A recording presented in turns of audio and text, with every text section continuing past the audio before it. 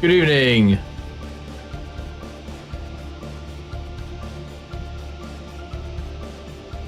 Cool. Hey Mark, how you doing? Hold on, I think I had two microphones switched on. That should be better. Cool. I'm just gonna get into some painting tonight. I'm still working on... I haven't done anything since I was painting on Thursday night for this guy, so... I am still working on Relic Contemptors. I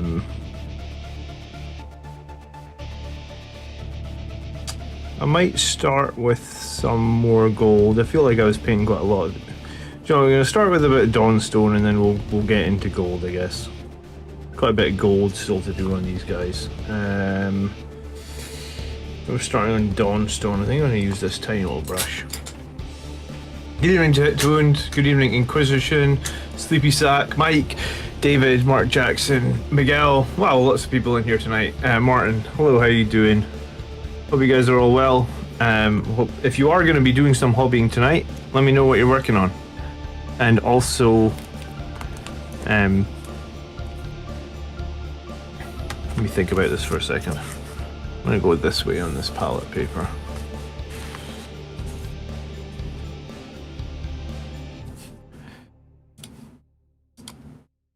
I was going to say, if anyone's got any questions or anything about the video I put up about the Grand Tournament I was just at, anything I can help with, that's totally fine. More than happy to answer some questions and spend a little bit of time going over some of the Grand Tournament stuff from last week. I enjoyed myself at that Grand Tournament last week.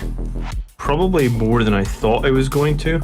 I also got really nice messages from everybody I played against, except one person. No, two actually. So 3 out of the 5 messaged me saying just how good a game they had against me and how how they really enjoyed it. So that was kind of cool. That sort of stuff, messaging your opponent after the tournament, I think is like really good manners. If you have a good game against them and they played well and you had a really fun game, I messaged one of my opponents actually beforehand. Sorry, not beforehand, like right after the tournament, because he was kind of local, and I messaged him and said like how good a game I had against him, and I really enjoyed it, and he played really well. So kind of nice, just a nice touch to message someone after a tournament, and especially in a game they lost, to tell them, hey, you did really well, thanks for the game, that sort of thing. I thought it's a nice thing to do, I guess. Great video about the GT thingy, thanks Daga Mick. I've Contemptor in some washing up liquid. Nice. So you are starting on the Forge World models, huh? So this is a 3D printed model actually, and it's got some like insane detail here.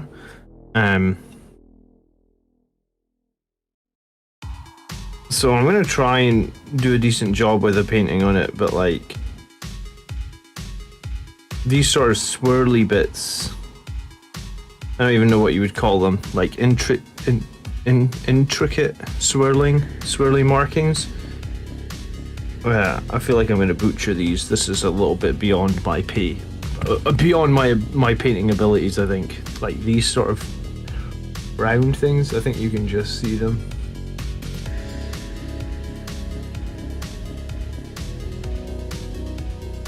Are you getting rid of the Terminators, or are they not getting along well from you? I mean, I like the Terminators. They're slow though, Martin. They're so slow. That's the thing I don't like about them. They're just so slow.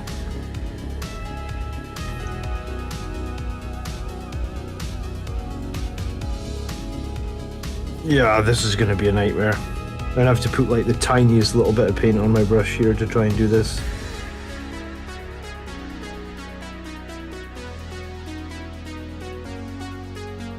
I'm just gonna basically try and put water down and start over with this bit.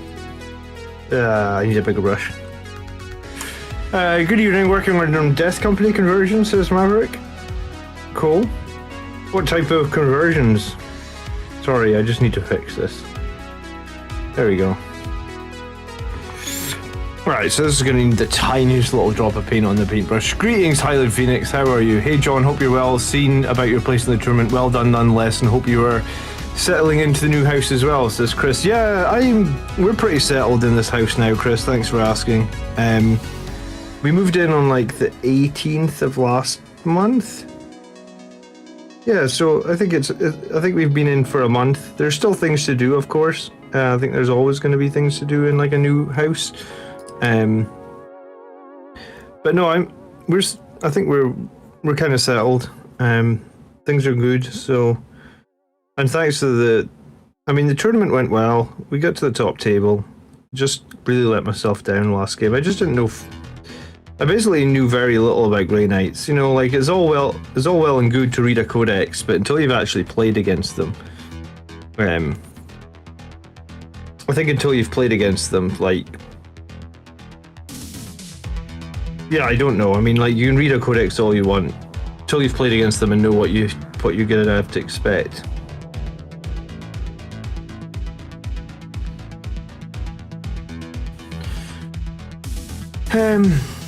Heraldric ribbons, maybe. Yeah, I mean, there's some sort of like intricate ribbons and designs on this model. I mean, it's a cool model, but like this is just pushing it. I mean, my eyesight's barely not even good enough to paint this, let alone, I was gonna say, let alone not make a huge butchering of it. Yeah, that is definitely, I don't even know if you can see that on the camera. That is beyond my ability there. I focus this. Yeah, I mean, like that spiral thing, that is beyond my ability.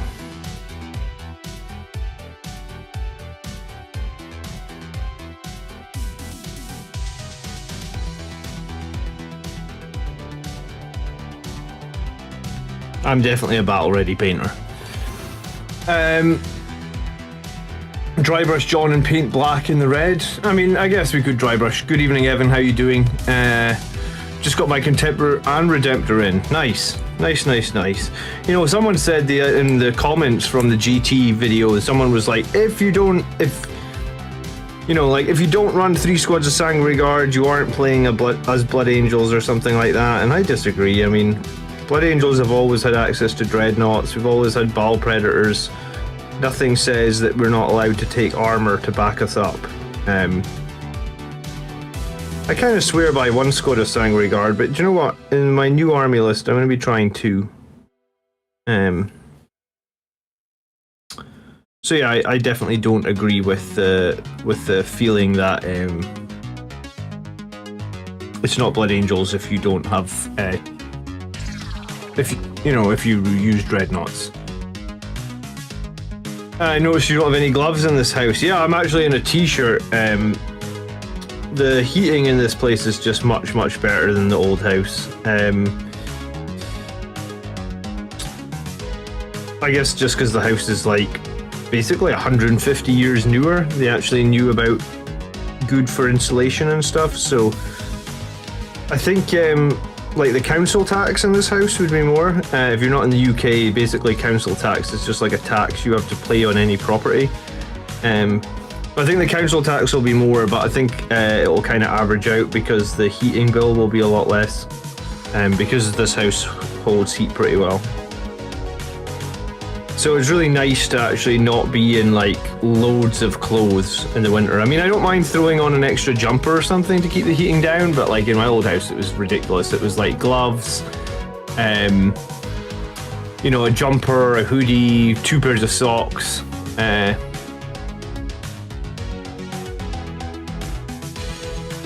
I have a magnifying glass right off camera, dude. Like here is my magnifying glass. And it's a 300% magnifying glass, so I mean, I can give you an example of how strong a magnifying glass it is. There's those bits that I'm trying to paint, and then that's afterwards. So I mean, it's a serious magnifying glass, but even that is those bits there are just, they're intricate. They're beyond, yeah. Yeah, sorry to hear your wife has COVID. What a nightmare. I hope everything goes okay with it, and I hope that she pulls through and feels better soon. COVID is no joke. People are not taking it seriously again here in the UK, unfortunately, but like it is spreading like wildfire, so who knows what's gonna happen. Yeah, I'm trying to side brush at Highland Phoenix. I'm trying my best.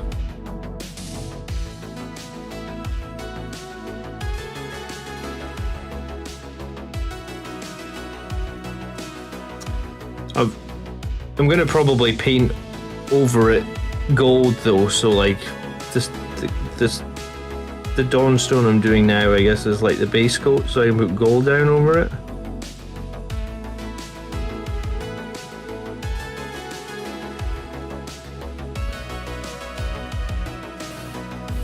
I need to move the chat, hold on, so I can actually read what's going on.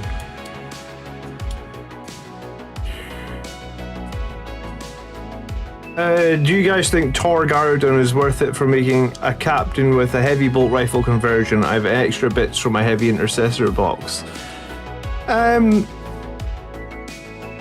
he's okay. I mean, I think Space Marine characters in general are just kind of okay at the moment, right? Like, and I think this is probably one of the reasons that I was so disappointed at the tournament that when the results first came out, because like I think it's very difficult for Space Marine players to get to the top table at the moment. Just in general, like I think our armies are a little bit, well, I mean, we're definitely weaker than a bunch of these new codexes. So like I had a chance to get to the top table and do some damage and kind of threw it away. So yeah. Hi Arca, good evening. Dry brush the gold only, that's genius. I mean, I guess I could try and dry brush it. I'll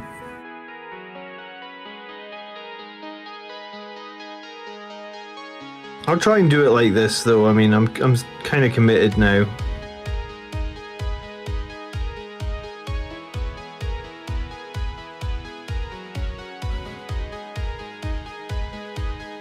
This is a cool model though.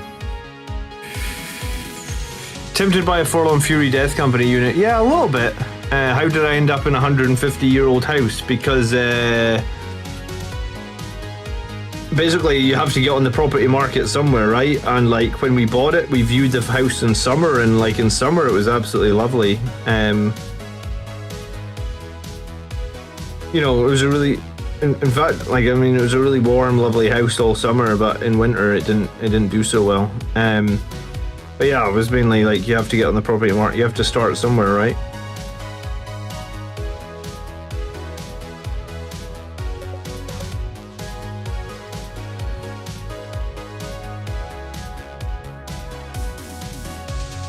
I see Jack Harpster is currently playing Grey Knights in the Austin tournament. Yeah, I think he left. I mean, he's had some good results with Blood Angels, but I think he's like put them to the side because we're not really meta at the moment, are we? So, I mean, like, if you want to win tournaments with Blood Angels, I guess you either have to play super brilliantly or... I mean, like, I don't think you can win a tournament with that melee list. I think there's too many things that counter it. I mean, if you win a tournament, then more power to you, but I personally don't think it's doable.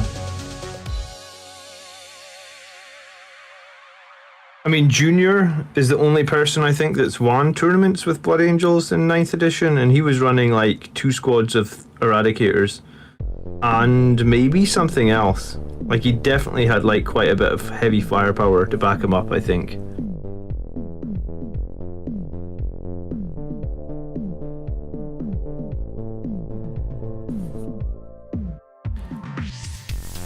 Greetings, Camille. Good evening. How you doing?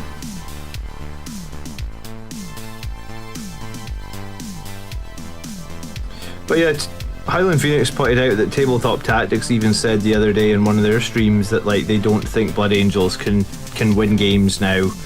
Well, I mean, we can win games with a melee list, but they were saying that they don't think they can be competitive.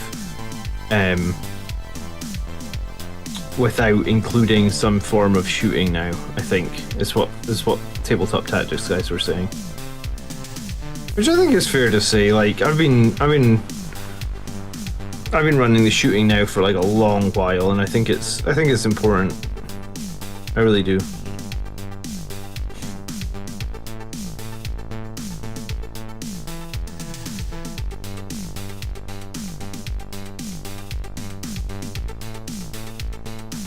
I think Tabletop Tactics were breaking down that SNL battle, the invitational tournament that just happened. And some guy, I think somebody took Flesh Tearers to it, and I think that was the only Blood Angels style list there. And I didn't follow too much of the tournament because I think it was happening the same weekend I was at my GT, but I didn't hear anything about Blood Angels doing well, or I just heard the Tabletop Tactics saying that they think Blood Angels do better now if their army has a shooting contingent. I can't decide between the LAS or sniper rifles and the Eliminators. I think I prefer the LAS because they're more versatile, right? Like, you'll get on the LAS ones, you'll get, what we're trying to say, you'll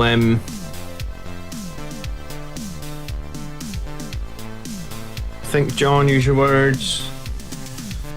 On the LAS ones, I mean, the LAS, it's just like LAS cannons, right? But more reliable LAS cannons, so I think that's why I prefer them. Like, reliable LAS cannons over arguably unreliable sniper shots, right? I mean, the sniper shots can do okay, but they're not amazing. I'm gonna try and lean on this glove because yeah, that's gonna work.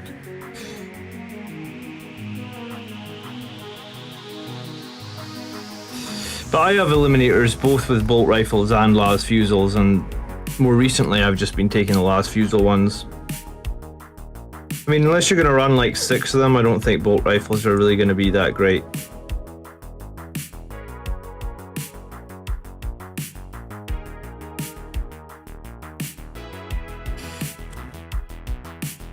Three las or 2 with the carbine. Probably 2 las and 1 with the carbine. The problem when I do that is I always forget with the carbine. Like, I've not played it enough. I always forget you can move again with the carbine. So if you remember that, then I would take the carbine. But if you're like me and you forget that, then I would just take 3 of the las.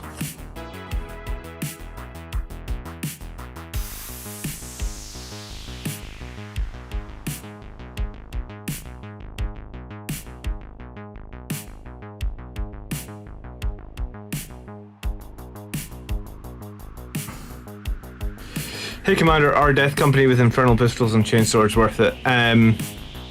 Mark says, I'm sorry John and everyone, I'm starting a Grey Knight army also. I'm still working on Blood Angels Mini, but I'm getting ready for a tournament in May.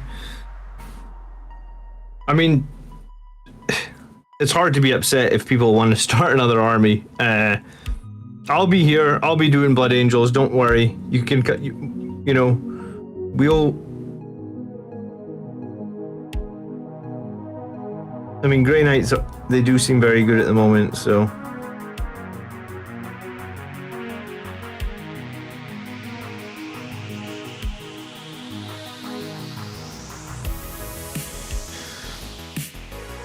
The Flesh Terror Blood Angels list got hard countered by Drukhari. It was all melee needing 3 turns to get close. Yeah, I mean, Drukhari are very strong in general, but yeah, that sounds horrific.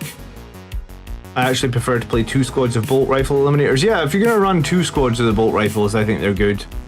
How do you feel about an infantry heavy list, i.e. Hellblasters and Eliminators? I've never had success with Hellblasters, and I think Hellblasters are actually kind of still a little bit overcosted. And then, like, the thing about Hellblasters is they kind of get hard countered by, like, Death Guard and who else counters? Dreadnoughts. You know, like, there's a lot of Dreadnoughts in the meta. Well, they kind of hard counter Hellblasters, don't they? -1 on all their damage.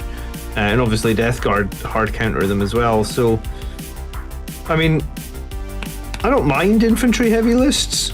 I think you're better right now, including some dreadnoughts, because I think dreadnoughts are really top tier models. But I mean, I think you can do well with an infantry based list. I just think that you're probably going to want to go like Eradicators rather than Hellblasters.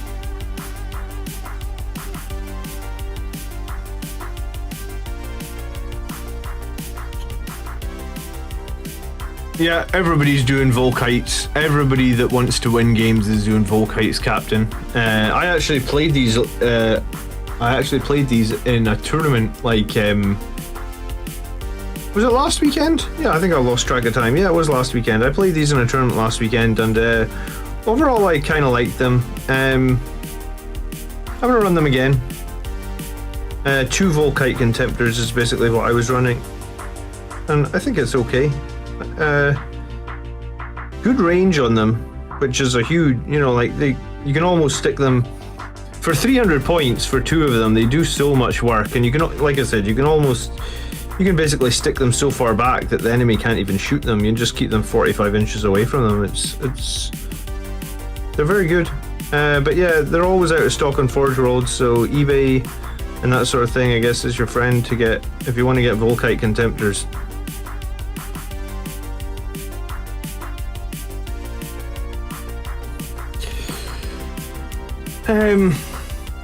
I would kill my own squad of Hellblasters every time.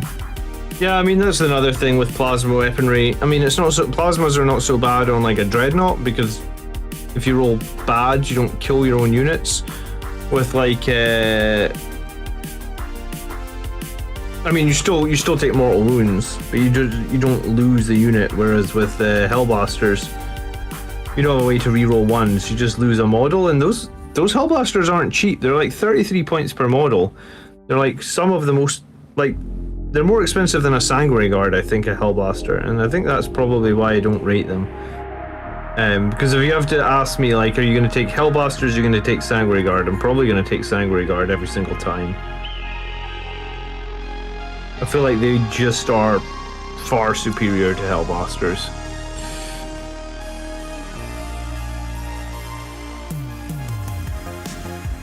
Sorry, Highland Phoenix, you asked a question a minute ago by the Forlorn Fury Death Company, and do you know what, like, I am kind of tempted. I've got a few ideas floating around in my head at the moment for my list, right? So like, I'm gonna drop the Terminators, which is 205 points, and I'm going to drop 2 Sanguinary Guard out of my current squad, probably, which is another 64 points. So I have like 279 points? No. 269 points to play with, I guess. And I think that gives me quite a few options, right? Like, I could do like... If I do another 6 Sanguinary Guard, for example, 6 Sanguinary Guard is like 180 plus 192, so I could do like 2 6-man squads of Sanguinary Guard and then be sitting on like 100 points to figure out what to use them for. I'm not entirely sure yet, but regardless,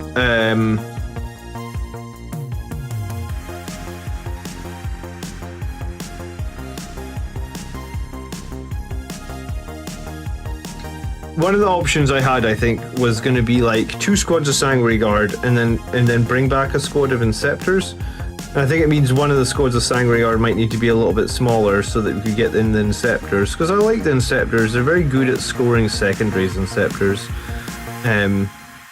You know, the 10-inch move, they do a lot of damage when they arrive from deep strike. I like Inceptors, I really do. I think they're a good unit. I think they work well for Blood Angels. I think the bolter ones are fine. I know you can run what I'm trying to say, I know you can run plasmas, but like, I think the bolter ones are fine and they kind of fit with how I play.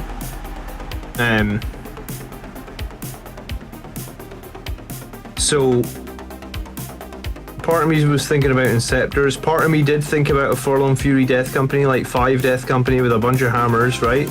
We could fit that. And then that just gives us that extra turn 1 threat, makes it a bit more difficult for the enemy to deploy, because if I ever get to go first, then pretty much I can threaten like a turn 1 charge, and I can have Chapter Master rerolls on those Death Company, right? I can daisy chain them out and give them Chapter Master rerolls, so we can have like 3 or 4 Thunderhammers rerolling everything. Turn 1 could do a lot of damage, could take out some critical enemy models, and then I'm up in their face and only had to pay 1 CP for that, right? Because I kept the squad at 5 man. So part of me kind of likes that idea. And then one other thing that I thought about was if I did switch it and got rid of the Terminators and run 2 squads of Sanguinary Guard, rather than run the Inceptors, how would you feel about, and this is going to be contentious, but how would you feel about, because the Inceptors are 120 points, right? For 125 points, you could take an Impulsor with, what's the shield called? Whatever the shield's called, the 5-up invulnerable save. Shield Dome, I think. So one of the things I've noticed in a lot of my games is that, like, my Blade Guard veterans are the one unit that are going to run into the center of the board, right? And they're going to usually run into the center board with another Dreadnought. But the Blade Guard, either Dreadnought or the Blade Guard's going to die. And it always seems to be people try and kill the Blade Guard first. I always lose the Blade Guard in turn 1, right? If I have an Impulsor that just advances, let's say, the minimum on an advance on the Impulsor is 16, right? Because it's 14 plus 1 from Redthirst plus 1 if you roll a 1. Whereas the maximum would be like 21 inches.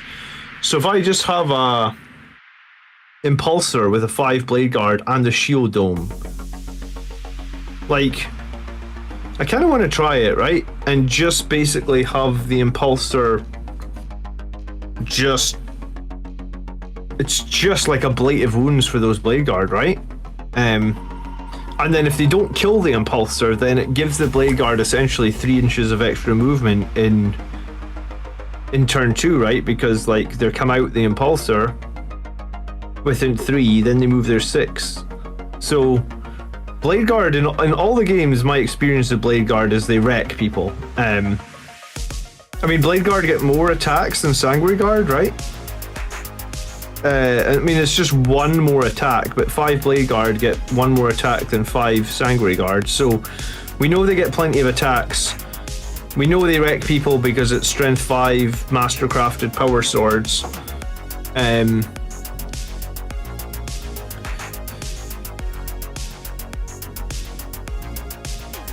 Yeah, I mean, it is kind of controversial and it is kind of different. And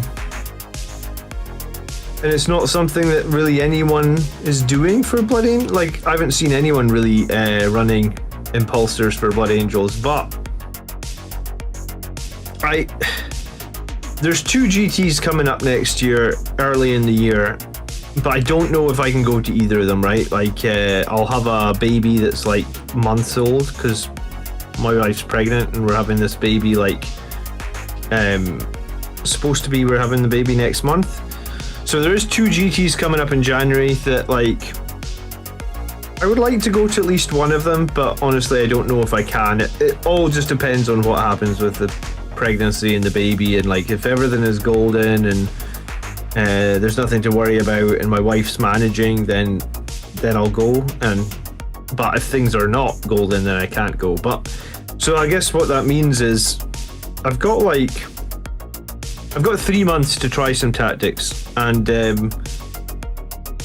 I think I am going to run the 2 squads of Sanguinary Guard. I think having 2 squads of Sanguinary Guard is going to actually give my list a bit more strength, because when I only have 1 squad of Sanguinary Guard, I'm very scared to lose them, right? Like, because they are, like, I always say Sanguinary Guard are our most damaging unit. I mean, they're not. I suppose the Blade Guard can do more damage because they get 1 more attack, but realistically, like, the Blade Guard are foot slogging it, so they can never get across the board. You always lose Blade Guards as they walk across the board. In some games, you know, like, I would have lost 3 of my Blade Guard before they even got able to charge, right? Just because the enemy has to shoot something, and the Blade Guard in my lists are just walking straight into the middle of the board. So if I had those Blade Guard and a toughness 7 Impulsor, with a 5-up save, just sort of generally coming towards the middle of the board for my Oath points. I'd probably score more points for Oath, and it would also be more dangerous for the enemies to deal with, right? Does that make up for not having the Inceptors? It's a tough one.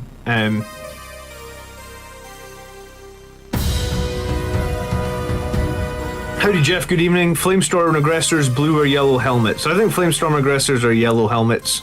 I think I painted all my aggressors with red helmets. Jaegerbomb, $5 super chat. Thank you, Jaegerbomb. You are a very nice, generous member of this channel, I must say. Where's Suppressors multi-part kits? I know Inceptors are better, but think Suppressors are good. Lastly, when will we see Primaris Sangregard? So Suppressors are a funny one. And I've tried Suppressors multiple times, and I've also played my Inceptors probably a lot more times actually than I've played the Suppressors, but I'll give you my opinion on both anyway, right? Suppressor's denial of Overwatch seems to be quite situational, because they only deny Overwatch against infantry, and most of the time the things that actually kill you in Overwatch aren't infantry. I feel like it's big nasties with lots of shots. I mean, occasionally I suppose they would be good, like they could be situationally good against Necrons, but my experience of Suppressors is it's not great, right? Because the problem with the Suppressors, if they move, they're -1 to hit. And yes, you're right, they never got a multi-part kit. They are just the single-part monopose kit from the Vanguard box, I think. Before this edition, I'd actually said, like, I think they're kind of the unit that Games Workshop had just kind of, like, forgot they'd even made them, because they were just, like, they actually only had autocannon heavy 2 before this edition. Now they're heavy 3, which is a lot better. But because they're -1 to hit if they move, it's really hard to use them effectively, honestly. Like, you get 9 shots, but if you move, you're only going to make 4.5 hits. So if you're wounding on 3s, you're realistically only making the enemy make like 2 or 3 saves. So Suppressors they're a difficult unit to make work, and they are 100 points. And they only have 2 wounds, you know, they're just 2 wound Marines when you break it down, whereas like the Inceptors with bolt guns, they're 20 points more, but they do have toughness 5. They do have 1 more wound per model, so I mean that alone is the 20 points you've spent. And then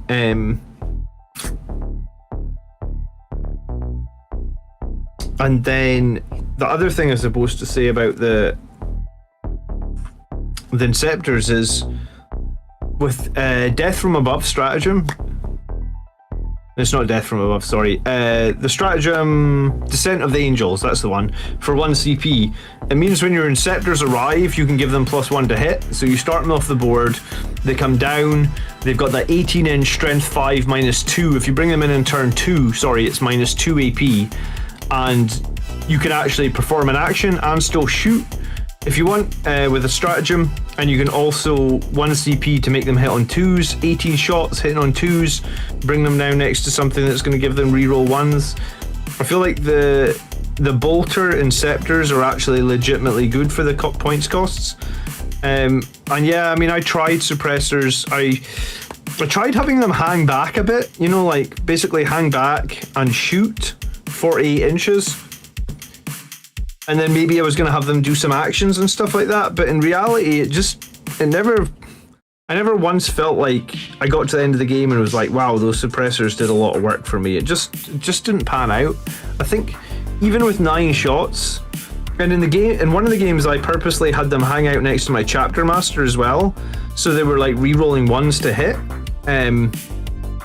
It still didn't feel that good, so I don't know how you make Suppressors work, I guess, is what I want to say. Like, maybe they're good for other chapters.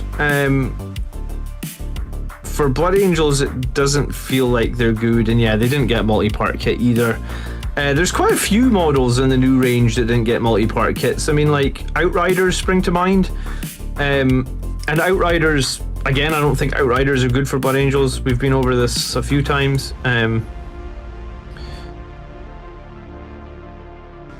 Yeah, and I don't know. It seems strange that, like, I guess this is probably why people still run a lot of Firstborn stuff, because all the Firstborn stuff, at least it gets weapon options and stuff. If all the Primaris stuff had, like, good numbers of weapon options, we might see more Primaris stuff, honestly. I much prefer all the weapon options and stuff you see with the Firstborn, honest. It just gives your army that much more life, I feel like. You could use Vanguard Vets to pave the way with the shields. I mean, you can use Vanguard Vets to pave the way with the shields. I think I prefer the Ironhail Sky Talon or the Orbital Array.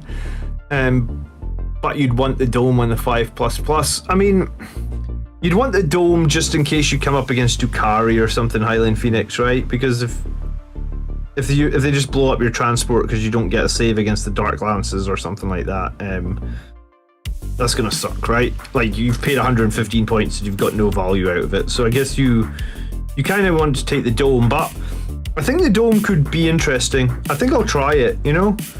I really think I'll try it.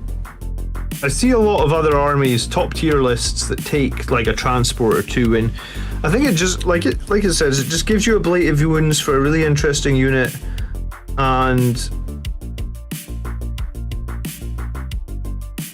it's a pity none of my other characters are Primaris. So, I mean, the Tech Marine could go inside it, but like the Tech Marine will be busy elsewhere on the battlefield to be jumping in an Impulsor, I guess.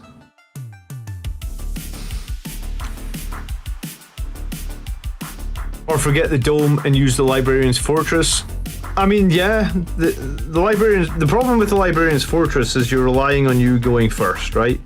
Like, if you don't get to go first, you don't have your invulnerable save, and that's... I think that was kind of part of the reason that I went 4-1 in the previous tournament, is I played against Dukari and I didn't go first. And he managed to do, like, a lot of damage to my Dreadnoughts. So I did manage to keep the Dreadnoughts alive and stuff, but, like... It was a little bit of a problem not going first and taking, like, all those D3+3s and not being able to save at all, right? Possibly with a little bit more luck, he would have actually killed a Dreadnought or two, just because, like, yeah, I dislike having a really expensive unit that has no save on it. I mean, that's probably why I dislike the Sanguinary Guard so much. It's like a love-hate relationship with me and Sanguinary Guard, you know? You better get as much sleep as you can in the next few months. I already don't get any sleep from the first baby, Martin, so don't worry about it. I'm sure whatever happens will be fine, but yeah, be a couple of months of rough, I guess, roughness.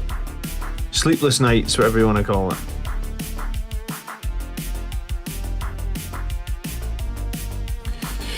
Suppressors have the same issue as the Ball Predator. Confused rules make the unit lackluster. Yeah, that's kind of how I feel about it. Lucky Jim's going to start using Librarian Dread. I mean, I used the Librarian Dread for a little while. I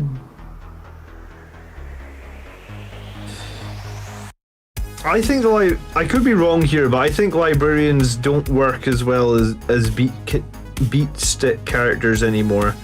So I think if you lose the Librarian Dread, like, a bit more of a buffing character, sure, he can still have some ways of, like, getting some good damage, but I think if you use him as a buffing character and then think about combat secondary, you'll do better with him, because that was my experience of I tried to use Mephiston in like 2 or 3 games. You can check back on the channel, and I didn't think Mephiston was terrible, but I definitely felt I did better with Mephiston, like a lot better, when I used him as like a buffing character. The time I think I did best with Mephiston, I did not have wings. I had Unleash Rage, Blood Boil, and I think I must have had Shield of Sanguinius, because obviously I run Dreadnoughts. Yeah, I think that was it. I think that was how I think that was the game I think Mephiston did the best for me.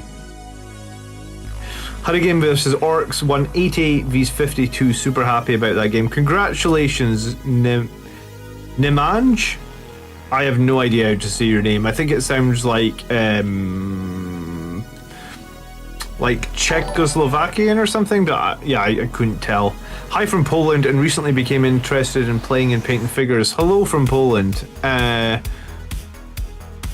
Nice to meet you. Thanks for being here. Well, if you're here, Blood Angels is what we focus on here in this channel. So, and Blood Angels aren't in the greatest spot competitively right now, but what goes around comes around. I'm sure we will be again in the future.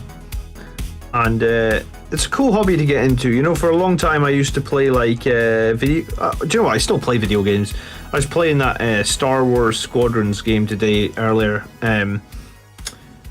But the cool thing I like about this hobby is there's something very tangible to it, right? Like at the end of the day, when you put a video game down, you got nothing to show for it, you know. Whereas at the end of the day, with this hobby, you can have like a really cool army, and you can spend as much or as little time as you want, I guess, on the painting and modeling. I spend a good amount of time. I feel like I take pride in my model's appearance. I mean, I know I'm not the greatest painter, but I do try and do well and take pride in it. But yeah, welcome. Thanks for subscribing.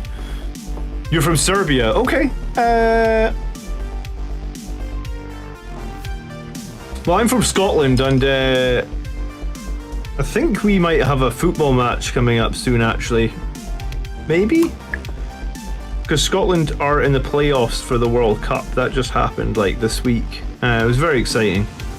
Scotland haven't been to the World Cup since 1996 or 1998 or something like that. It's kind of tragic.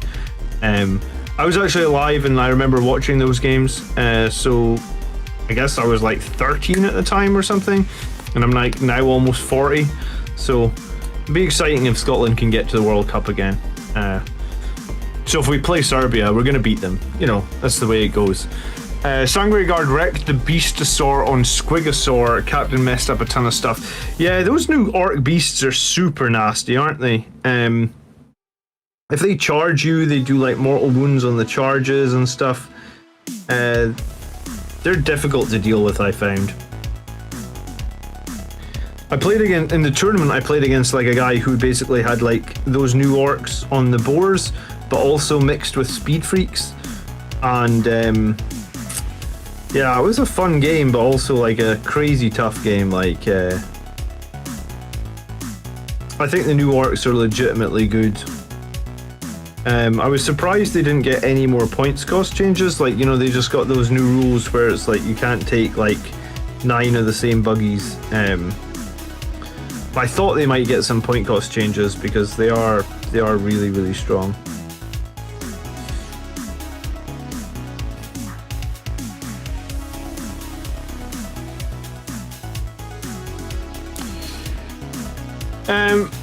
After spending 1,000 hours on one video game, I kind of felt empty because I had nothing to show for it. Well, do you know what? I played World of Warcraft for years, Marcus. Years and years and years. And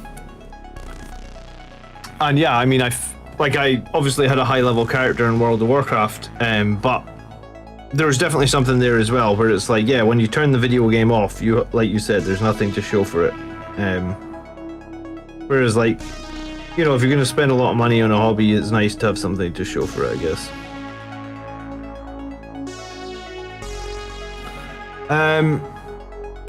What units do you have for the sake of it? I love Reavers, Speeders, and Suppressors, even though they aren't the best on the tabletop. I don't know if I have any units in my list for the sake of it. I took Terminators into my recent list, which a lot of people had question marks about, but like... I like the chain fists on them. I think they do good damage. I still think they do good damage. In some ways they are kind of a little bit of a counter against those speed freak orcs as well. But do I have anything that I take just for the sake of it beyond that? Not really. What have I got painted? You know, like, I loved Aggressors last edition. I think they were really fun. I would kind of love to run them at the moment, but like I just I guess because I'm making really competitive armies, I don't run things just for the sake of it. I run army lists to win, and it's hard enough to win at the moment with Blood Angels, let alone to take things that you just want to. Oh, you beat Portugal. Serbia beat Portugal. That's why the name rings a bell. Yeah, so you guys already qualified. All right, and we got to beat Portugal. Okay. Congrats on beating Portugal. I mean, no one would have really seen that coming, I suppose. But mind you, Scotland beat Denmark this week, 2-0. No one saw that one coming either, right? Just discovered your channel, says Matthew Hipster. No, not Hipster. Hipser? Thank you, Matthew. Welcome to the channel. I'm here every week doing Blood Angels content. If that's something that you are interested in, then you will want to subscribe. If it's not, then fair enough. Thanks for checking out anyway.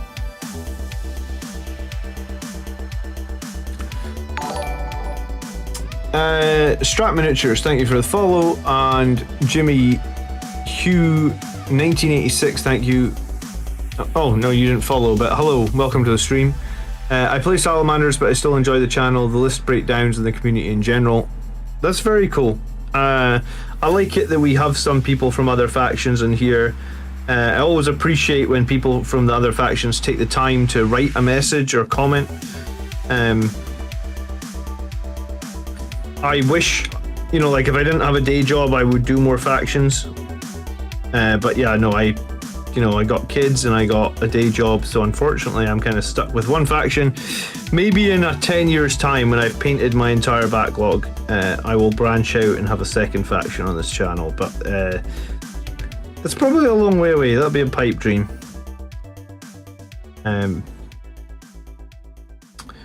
Because I have I don't know, last time I checked I had about 10,000 points of unfinished stuff. And with my daughter and my family, I get maybe like 4 or 5 hours painting done a week. Sometimes I can get like one extra session in, which puts me up to like 8 hours a week. So yeah, and I'm slow. Like I think one regular Marine can take me like 6 to 8 hours. Like I am really slow at painting.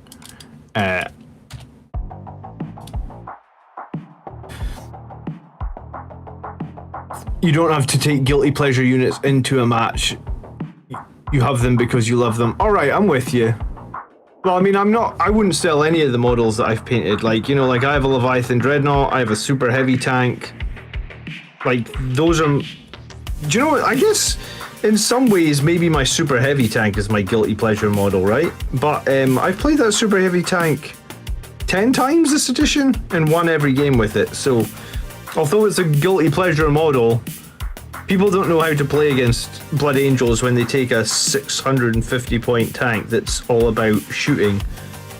They don't know if they go after the tank or if they go after the melee, and like, yeah, I mean, it's won every game it's played, which is surprising but also kind of cool.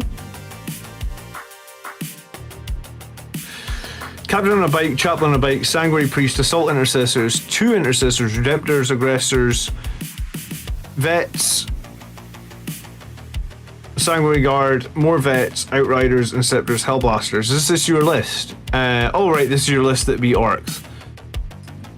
Backlogs can be finished. I've been trying for a long time to finish my backlog. I have only bought maybe like, I've probably only bought like 100, maybe 200, maybe like 150 bucks in models in the last year.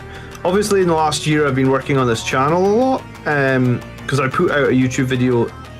I put out like three YouTube videos every week, and then like a stream as well, or sometimes 2 streams. So it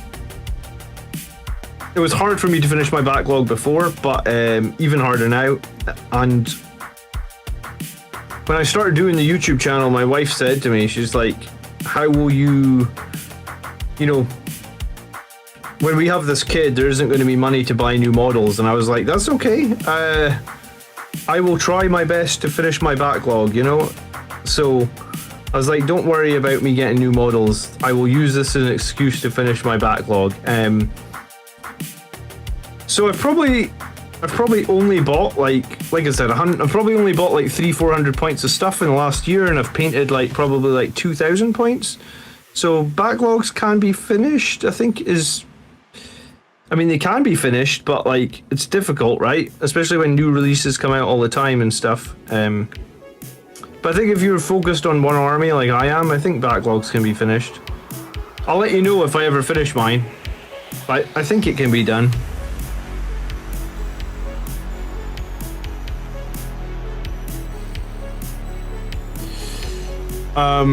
Hey Burgosaurus, good evening. I want to play only Firstborn Blood Angels. Would a 10-man sniper scout squad be good to take? I'd combat squad them into 5 units for anti-deep striking. I don't think scouts are good right now.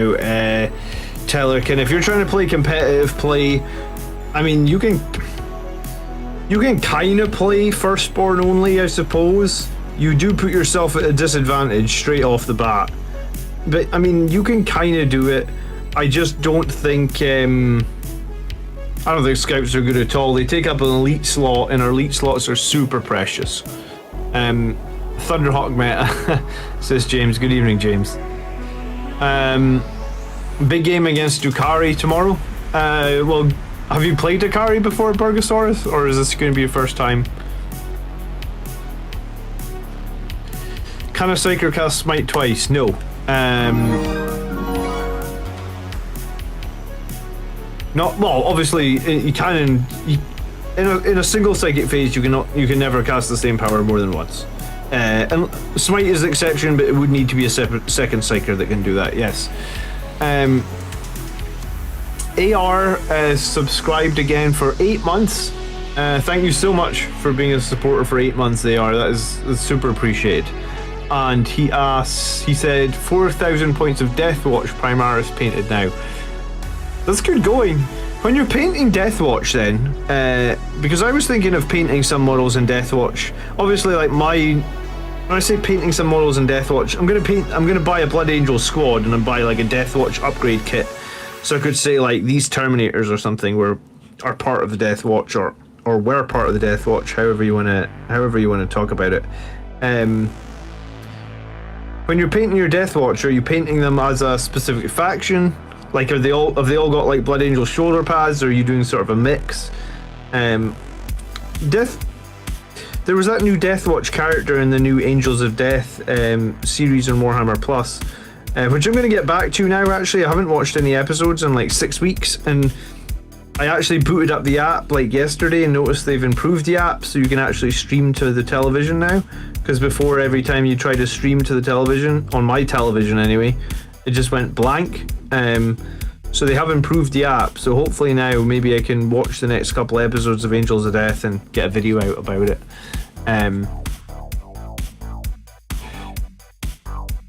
Dante and Primaris Sanguinary Guard are incoming. Yeah, I mean I've been hoping for Dante and Sanguinary Guard Primaris for like ever since that Malarneus Calgar box came out, like all the way back, like I feel like that was an 8th edition.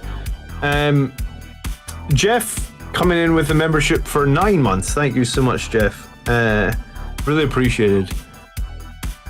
I do think, like, you saw the giant release Black Templar, Scott, right? And Blood Angels are one of Games Workshop's most popular factions. In fact, in one of the recent surveys, we were actually the most popular faction, which surprised me, right? Because, like, I actually previously had 4 Warhammer 40,000 armies. I had an Orc army, I had an Elder army, I had a Blood Angels army, and I had what was my 4th army? Orc, Elder, Imperial Guard.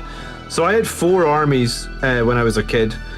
And when I came back to the hobby, obviously, like, I'm a lot older and I got a lot more commitments in my life, I decided to pick one of them and give the other 3 away, or I didn't give them away, I traded them. So I knew a friend that had an Orc army, so I traded him like all the Orcs I had for any Space Marine pieces he had. And Blood Angels was the one that I randomly chose. There was really, it could have gone anyway. I could have been an Orc commander, but I chose Blood Angels. And where was I going with this story? I've completely lost my train of thought, but I was Yeah, I've completely lost my train of thought. I was going with the fact that I wanted to just pick one army and focus on it, mainly because of time commitments and also, like you said earlier, the giant backlog.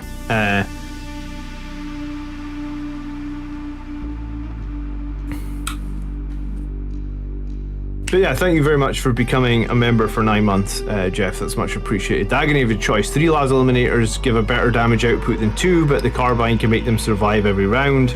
Do you know what? The Carbine can snipe characters, right? So if there's a weak character around Camille, it's not like the Carbine is totally useless.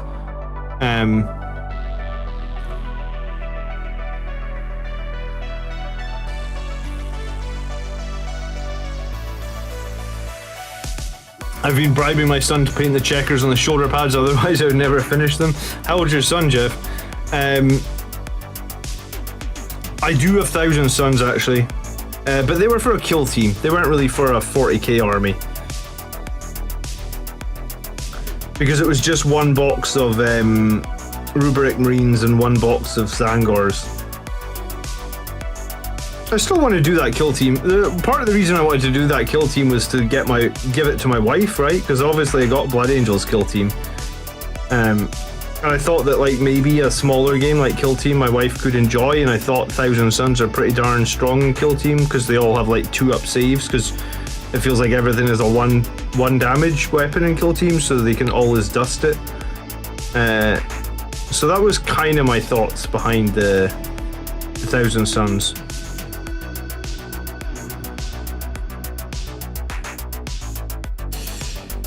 Unfortunately, I picked up this hobby after I retired. I'm an old man. I would never have time 10 years ago. Yeah, well, when I came back to the hobby, I thought to myself, like, I have so many unpainted things for so many armies. I was like, I gotta focus on one of them.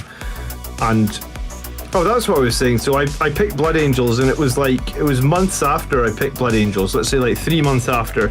Because I probably did Blood Angels for about a year before I started the Blood Angels Commander channel. Yeah, I think that's about right. I think I was doing Blood Angels for about a year, and then I decided to start the YouTube channel. But yeah, I saw basically like a month or 2 after I'd started the channel that Games Workshop did a survey, and they were like surveying everybody to see what were the most popular armies and stuff like that, and like Blood Angels came up as like the most popular army in 40k.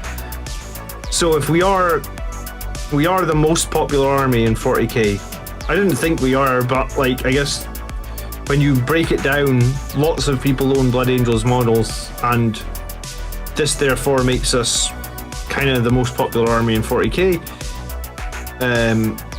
So with the giant Black Templar release that just happened, and the fact that Blood Angels aren't competitive at the moment, and I do kind of think we aren't competitive, right? Like I've been making these sort of hybrid lists, and I've been trying super hard to win games and win tournaments and stuff like that. But like it's a bit different, you know, like our I mean, we can be competitive, I guess, right? So like no one's saying we can't be competitive, but I guess what's not competitive maybe is our codex, right? Like so our codex isn't the most competitive. Like we don't have that many good stratagems, and we don't have like, you know, like amazing doctrines and stuff like that that are going to push us over the edge. So I guess like if our codex is average, which I think most people in this channel would agree that the codex is average at the moment,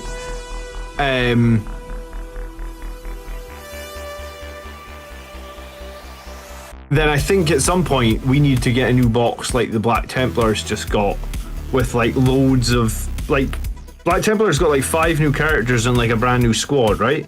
So we need to get, we don't need new characters, we need our current characters upgraded to Primaris. The rules like seriously looked at, because whoever looked at the Blood Angels rules for characters in 9th did a poor job. The characters in 9th, most of them are overcosted, and they're just not that good, honestly. I haven't, in the last 2 tournaments that I've gone to, and I've done really well in both tournaments, 4-1 in both, I haven't run a single one of our named characters. They haven't like they're not even on my radar. Like they're just nowhere. Like I just don't rate any of our named characters. The only one that I think is any use right now is Dante, and I don't like Dante. I know some people have got value out of him. I don't think he's good. I think even if you think he's okay, I think half his warlord trait is useless, because like half his warlord trait is +1 to leadership. I was at a tournament there last weekend. I don't think I failed a single leadership test the entire tournament. Maybe I failed one on like one in cursor. So even the one that I failed, arguably Dante wasn't going to be in range and help me out. So I just think Dante's half of his warlord trait, the heroic bearing part that gives you extra leadership, is totally useless. So based on that, I would like to say that I think that we should get a box with like Primaris Dante and maybe like Primaris Astaroth or a chaplain, because we kind of need a chaplain to go with the Death Company. And Astaroth's a better option, I guess, because Astaroth stops them from failing. Like they don't have to take morale tests with Astaroth. Like Eliminators gives them +1, but Astaroth is just like they just don't fail morale ever, right? So that would be my wish. Why did I come back to the hobby? Asked Morty. I kind of got out of the hobby. It's a tough one, right? Like I never meaningfully. I think the best way to say it was like, let's just say I had like some. It wasn't mental health problems, but like. And it wasn't anxiety, but like I basically shut myself off from the world for a period of like 5 years or something. From the age of like 25 through 32 or something. Like I was just I was disconnected from reality. Something bad happened in my life and I didn't know how to deal with it. I shut down and just I didn't want to see anybody ever, like I, whatever you want to say. I basically became a recluse for like 5 or 6 years, and I never meaningly quit. Like I never made a conscious decision like, hey, I'm quitting Warhammer. It was more like I did this other thing. So once I sort of like got over that period, it was logical to come back and start playing Warhammer again, right? My son is 15, a typically below-class teenager. I like to maximize my resources. Yeah, so you pay a minimum wage to paint your models. It seems like a good deal, Jeff. See how long you can keep it up for. Our stratagems suck now. I think the doctrine is good, but we lack good stratagems in opinion. Yeah, I mean, we got some, right? Angel Sacrifice is a very good stratagem. It can turn games, it can win you points, and I think there's some good synergy with the Space Marine Codex, right? Like Gift of Foresight, I think, is a brilliant warlord trait, though. Like I really think Gift of Foresight is strong, and yeah, I don't think our codex sucks. I just think it's not great, I guess. So if you want to be competing at the highest level of the Blood Angels right now, you need to be on point. You need to be playing really well. WoW addiction? No, it wasn't addiction.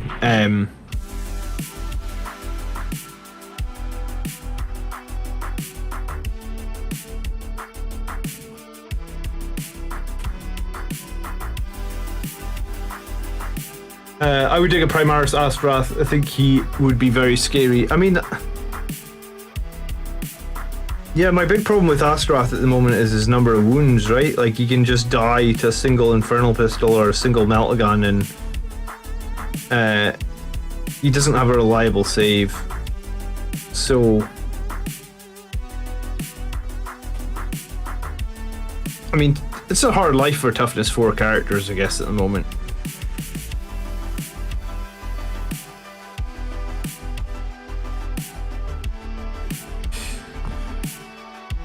But yeah, I know. I think Dante needs to go Primaris, and he needs like a serious increase in his rules, and he should probably be given Gift of Foresight, because Corbolo having it is useless. In fact, it's really strange design that like Gift of Foresight lets you reroll a save, so with characters with invulnerable saves it's really, really strong, and Corbolo is the one character that doesn't have the invulnerable save, so I'm not entirely sure why. What's that on his helmet? Is there a bit of crap on his helmet or something? This was a 3D printed model. What is that?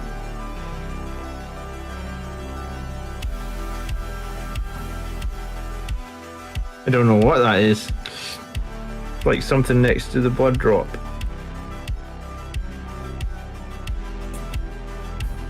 I'll just take it off, I guess.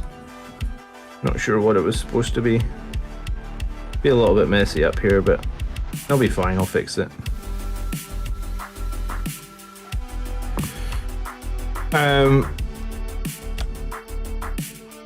Whatever the conversation is, it needs more Sanguine Guard. Good evening, Steel Rain. You need a bumper sticker on your car that just literally says you need more Sanguine Guard. That's the bumper sticker that you need on your car.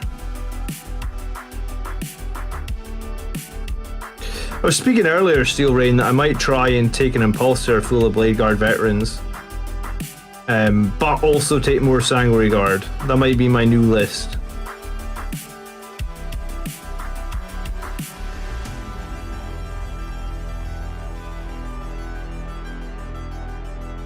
Not many Blood Angels players take an Impulsor, I wouldn't have thought. I've seen some lists that include it. Corbolo has Gift of Foresight for the lore. Yeah, I know he has it for the lore, but it's just useless on him, I guess. I don't like it when lore comes in the way of competitive play, I guess. Like, I like the lore of Blood Angels, I've enjoyed the recent books and stuff, but if the lore is coming in the way of competitive play, I don't like it.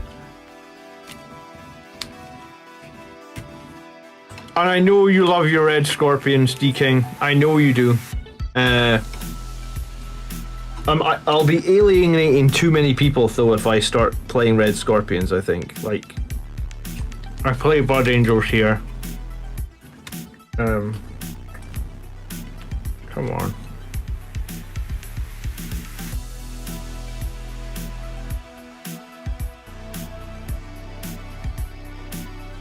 You've created a more cowbell meme with with the Sanguine Guard in Discord. Alright, I haven't been in Discord much today, but I will try and check that out.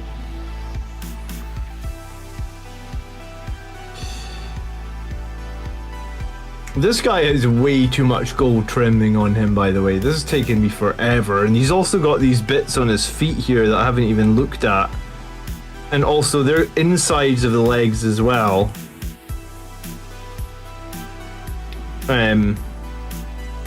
This guy is taking me forever.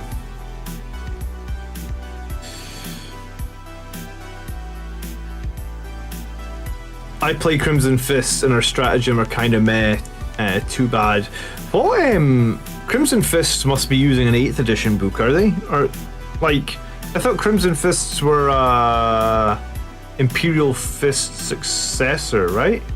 Are you using Imperial Fist stratagems, or what are you able to actually use at the moment?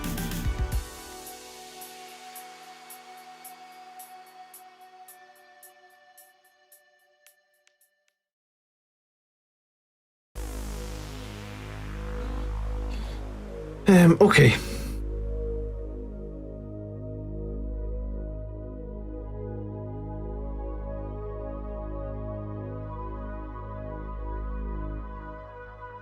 I've had decent use out of an Impulsor to deliver intercessors with assault bolters onto opponents' objectives. Score relentless assault turn 1. In my opinion, it is better spent on more Blade Guard veterans. Yeah, I don't go relentless assault though. Like I don't like relentless assault. I think it's too risky. In the tournament I played against, or the tournament I just played on, I couldn't do Relentless Assault against the Speedward Orcs. There was just nowhere to get into his deployment zone because he had so many models. Against the Admech, I wouldn't have been able to do Relentless Assault because he basically shot me off the table. Because he had like 1 million Skitarii. Well, not 1 million, but like 100 of them. Against the Tau, I couldn't do Relentless Assault either because he had like a shitload of battle suits, and when I say a shitload of battle suits, I think it was like a squad of 9, with like 9 shield generators, or 9 shield drones, and then a bunch of them had shield generators. The Tau list was actually really nasty, like, especially to beat Tau, I have to make some charges to win the game, right? And yeah, like the group of the squad of 9 battle suits was horrific for me to deal with. And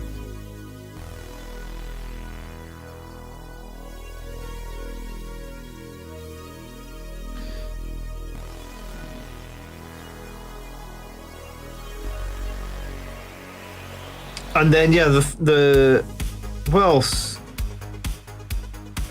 I mean, maybe I could have done Relentless Assault against the Grey Knights player, but I didn't know his army well enough, so I was reluctant to do. Yeah, I mean, I kind of just decided 2 of my secondaries before that tournament, to be honest. And I think there is some value in like just picking secondaries that you play a lot, like, because you know what you'd need to do to achieve a secondary, right? So if you pick secondaries you've just played an awful lot, then arguably you're just going to be able to score them because you know what you need to do. But yeah, I know Relentless Assault can be good, but I think my list wasn't designed to score Relentless Assault points. It really wasn't. And I think even if I put an Impulsor in there, I wouldn't be scoring Relentless Assault points. You know what? If the Impulsor brings the Blade Guards forward like 20 inches and then they just ignore it because, hey, it's a repulsor with 2 Stormbolters on it, so why would you kill it? Then I'll just leave it center board and max Oath of Moment every game, right? You only need to get 3 turns to get 12 points. This is why you take Death Company. Yeah, I might try Death Company.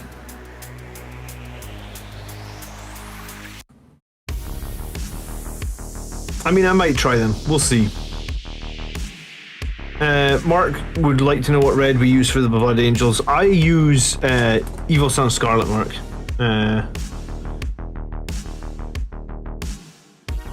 And I usually spray these guys Mephiston Red, and then I give them 2 thin coats with Evil Sun Scarlet. Here is my Evil Sun Scarlet brush to prove it, like a nice giant brush that I just... Oh, look, and it's even got Evil Sun Scarlet stained on it. So I usually either prime them white or prime them with Mephiston Red, and then 2 thin coats of Evil Sun Scarlet, and that way I don't do any edge highlighting. Like a lot of people will paint them in Meph Red and then edge highlight with Evil Sun. I go the opposite way. So I make them Evil Sun, which is arguably almost too bright, and then I just basically wash the whole model with Agrax Earthshade. So afterwards I'll recess wash the whole model, and that'll bring the Evil Sun Scarlet back down to a little bit more of a dark red,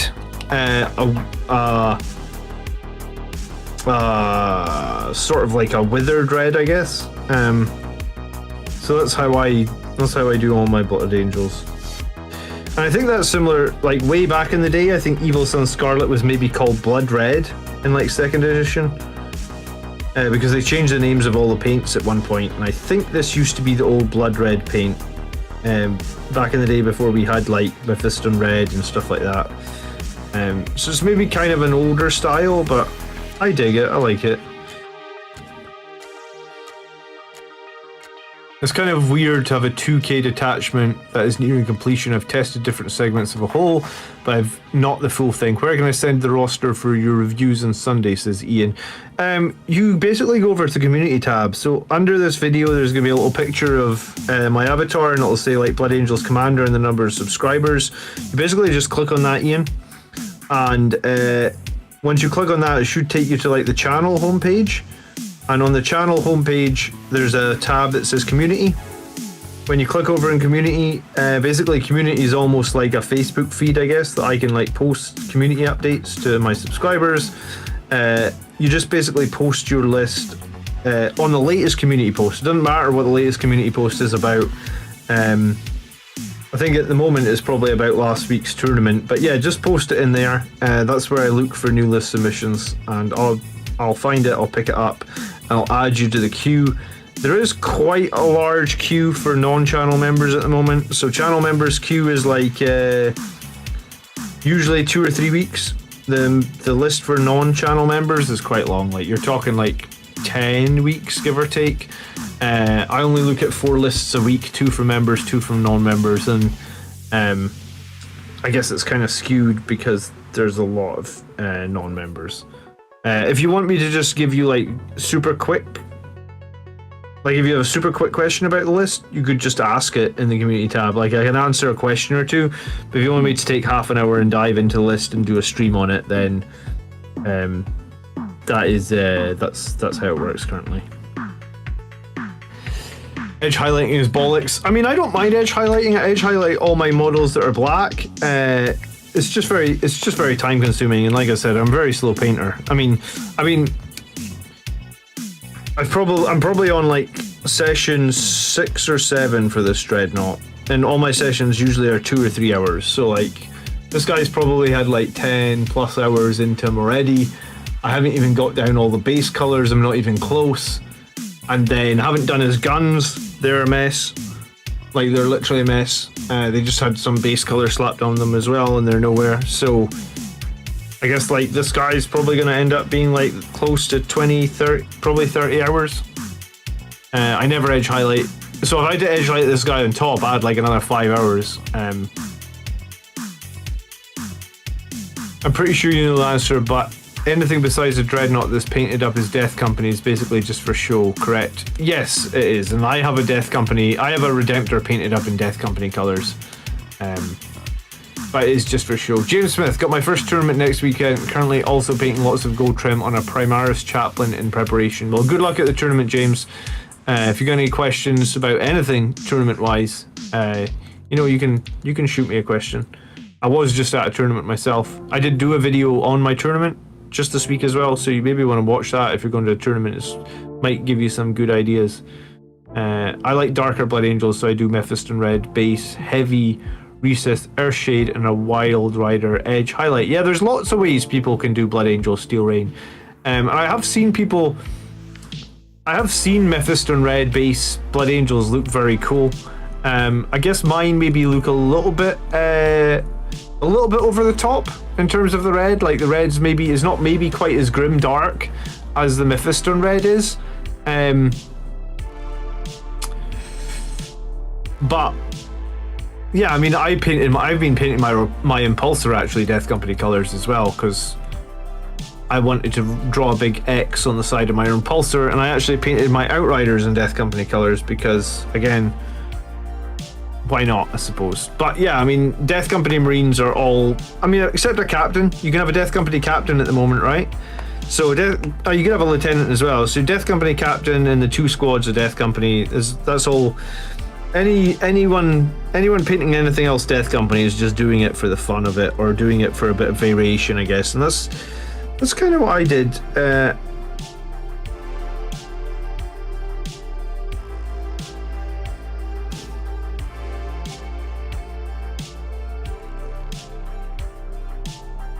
I'm getting through some of these trims. They're looking okay, I think.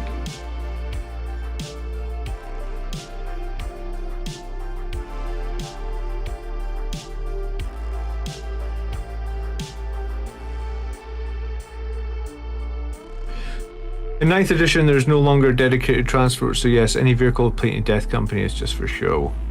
I gave you a video watch earlier, it was interesting. Thank you.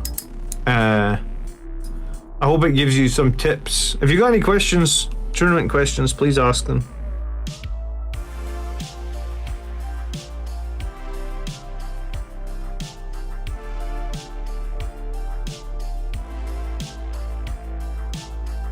Alright, so this nonsense is almost done. I think I'm going to do these bits here next, just because I kind of missed them, I guess. Have you considered a gold Sharpie for the trim? Do you know what? I have a black Sharpie that I use from time to time, but no, I've never considered a gold Sharpie for these trims. I usually don't care how long it takes me to paint the models as long as the end result looks good. You know, like I have a lot of painted Blood Angels at this point. Like, I don't know if I have quite 10,000 points, but last time I checked, I think it was, if it wasn't 10,000, it was like super close. So like, it's not like I need to rush for a tournament or anything like that. So if it takes me a long time to paint it, I'm alright with it. I mean, plus I get to hang out with you guys, right? It's like the only time of the week where I get to paint and just chill and hang out and just chat bollocks. Steel Rain, member times 7. John, can I bribe you to run 3 7-man Sanguinary Guard in a list? I will run... I don't have 3 times 7 Sanguinary Guard, to be totally honest, Steel Rain. I think I have 12 with the default weapon options. So when I say default weapon options, I mean like bolt guns and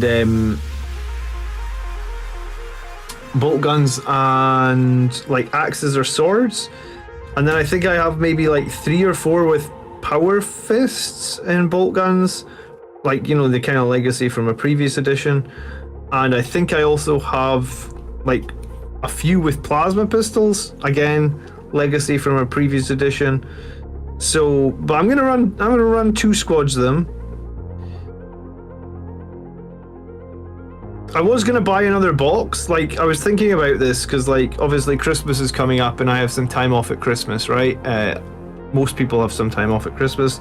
And I was thinking, like, am I getting anything Warhammer for Christmas for myself, I guess? Like, is there something that's gonna add to my collection and give me more options in the future? And I was thinking of getting another box, so that would potentially give me 16 with the default weapon options, or the strong weapon options, the cheap weapon options as it currently stands, I guess.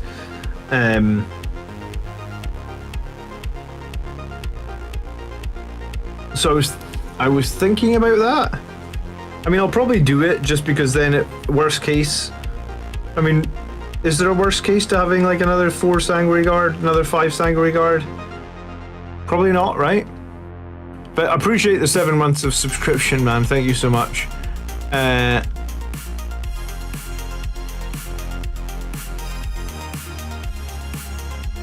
might get a kick from your playstyles, Ian. Well, whenever you're ready, Ian, submit it. I obviously play quite a different style than a lot of people, but I think I've kind of been managing to make it work, I guess.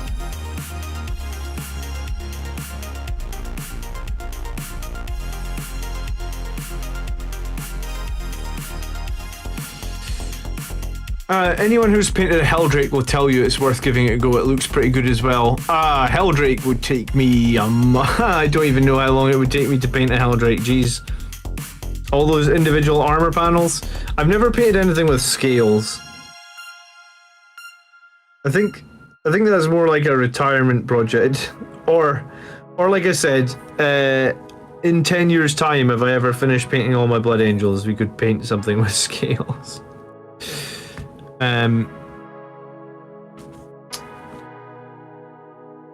What do you think would make the Impulsor interesting? I've been thinking about playing one, but I always cut. The only reason I think it would be interesting is that I always lose my Blade Guard veterans.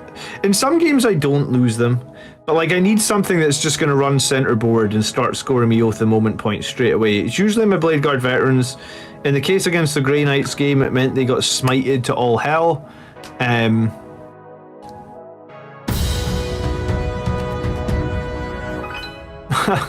Steel Rain coming in with a $50 super chat. Dude, that is very, very kind of you. Okay, alright, I will buy 2 boxes of Sanguinary Guard. I'm like, great, brilliant. Painting, I'm never gonna finish this backlog of painting, am I? You guys saw the pile of shade video I made last year, right? But no, thank you. That is very, very generous of you. Merry Christmas to you when it comes. You're very welcome for the content. My dad plays Blood Angels. We practice often with Imperial Guard. He's always studying your videos and mentions you a lot, says Patrick. Oh, that's very nice. I'm glad that I'm helping out. Blood Angels are one of my final selections before going with my chosen chapter. They're still one of my favorites, says Admiral Ryder. Yeah, I mean, they're my favorite. I'd be pretty screwed if they weren't my favorite, right? When are we getting a new Pile of Shame video? I mean, maybe over the Christmas holidays I make another Pile of Shame video. I was gonna say it'll make me worried that I'll be worrying now that I've not painted enough in this last year.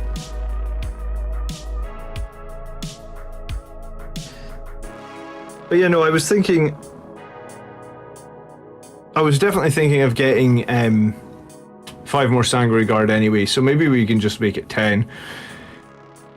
I will be really annoyed, Steel Rain, if I buy 10 more and I make them with swords, and I probably, because swords and axes keeps going back and forth, I'd probably make them like 5 swords, 5 axes. I think in the moment, if I like dive into my collection, I think I probably have like so I think I have 12 with the default weapon options. And I think that probably means like I probably have, let's say, I was preferring swords for a while, but I have gone like harder on axes recently. So I probably have, let's say, like 6 guys with swords, 6 guys with axes, and then I also have one guy with a sword that has an infernal pistol and one guy with an axe that has an infernal pistol, right? Because you guys know that I love the infernal pistols. So if I buy 10 more and I make them like 5 more swords, 5 more axes, I was gonna bet that like they're gonna go ahead and change power fists or something and be like, wow, power fists are now free for Sangre Guard to take and they're now 3 damage or something, and it's gonna be like, oh my god, I made them all with fucking swords and axes. You gotta be shitting me. But yeah, that's probably what's gonna happen. Have you considered doing the paint slam painting log? I started Paint Slam 2020 this one and I've painted 160 miles. So what is Paint Slam? I've never heard of this before. You're gonna have to enlighten me, James. Is it basically you make a list of everything you've painted over the year and it sort of gives you motivation to make sure you keep painting or something? I've been going for 4 swords and 3 axes mainly because of the lack of axes in the box. Do you know what, you only get like 2 or 3 axes in each box, is it, or something like that?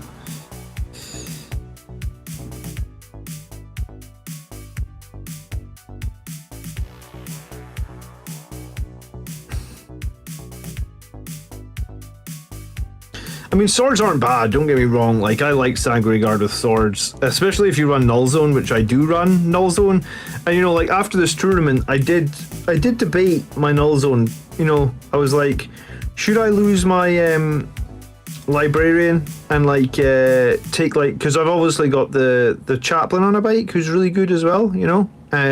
Or I suppose I've got Mephiston and I've also got Librarian Dreadnought. They're all painted, so I could lose my Librarian and replace them with any of those models. And I did think about it for a little while, and I was like, should I consider losing my Librarian that gives me Null Zone? And like, I debated it because obviously at the end of the tournament, you debate your list a little bit, especially when you've lost a game, right? And I debated it, and then I came back to it, and I thought like, no, I just think Null Zone is too important to have. And yeah, I get kind of screwed in one of my games where it didn't go off. But I think typically when I need Null Zone to go off, it goes off. You know, there's always going to be a bit of luck or a roll that goes against you. So, sounds like you have 7. Yeah, I mean, I'll have to check in the drawer. I know that I have like probably. I know that I've probably got like if I worst case I could run them. You know, like with I could run some Sangre Guard with Power Fists, 5 extra points a model. I don't know if it's the end of the world. I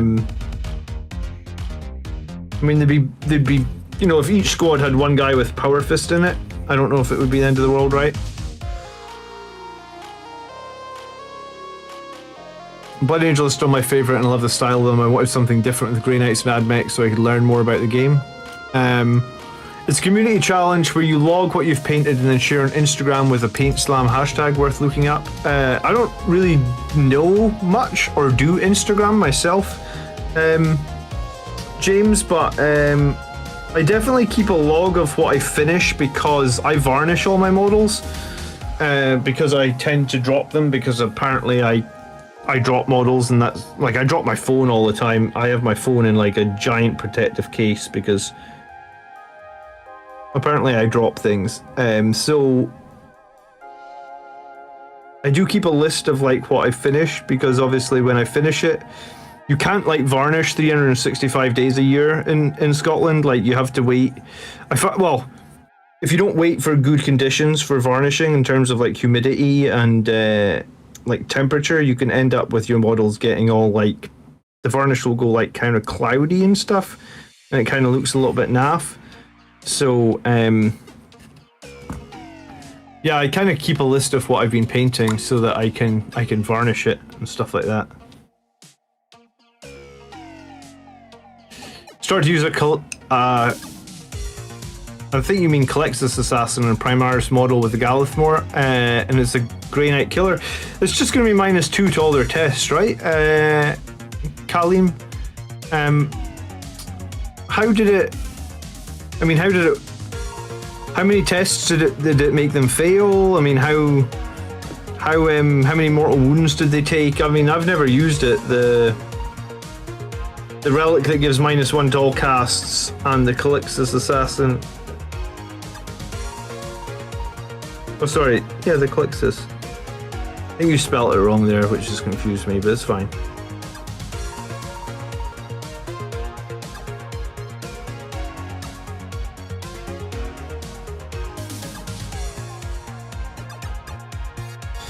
Those patterns on the inside of the legs are a bit of a nightmare to try and paint, to be honest.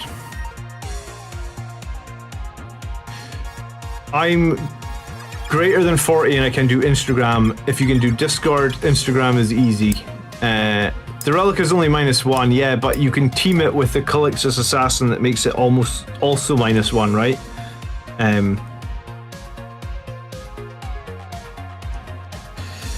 mean, I've looked at that combination on paper, but I've never actually tried it myself.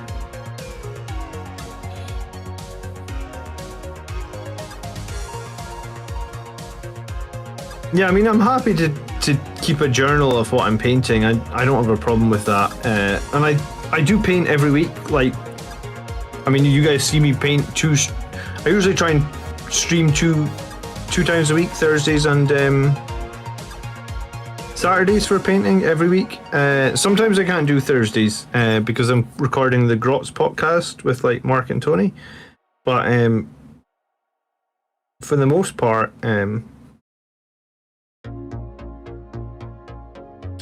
I do try and paint at least twice a week every week. I'm gonna put some metal into this. Yeah.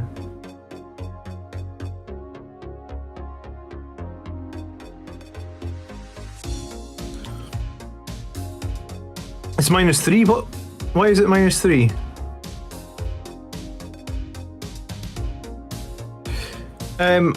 I've listened to some of the Horus Heresy stuff myself recently, Ian. I finished Solar War maybe like a month ago, and I found it a bit of a slog, honestly. Some people really liked it, but for me, I found it as a bit of a slog. Devastation of Baal is good. Darkness in the Blood is the book that comes right after Devastation of Baal. It's really good. And the book that obviously comes before Devastation of Baal is Dante. if you're not a subscriber to Audible, there's a link in the video description that will get you a free Audible book from a free audiobook from Audible. That's what I'm trying to say. So if you haven't been a subscriber to Audible recently or something like that, you can get a free book using one of my links. Do I use oil washes? No, I just use Games Workshop washes. Like, I'm definitely I feel like I'm very much a battle-ready painter. I really enjoy... Do you know what? I enjoy the painting, but like, the thing I enjoy most is the gaming. I can be... Well, you guys know I'm pretty competitive, I suppose. Like, I really like to win. I like to win, but I also don't like to be a dick, I guess. Like, I'll help people out and stuff if they're new, even if it might cost me some points. I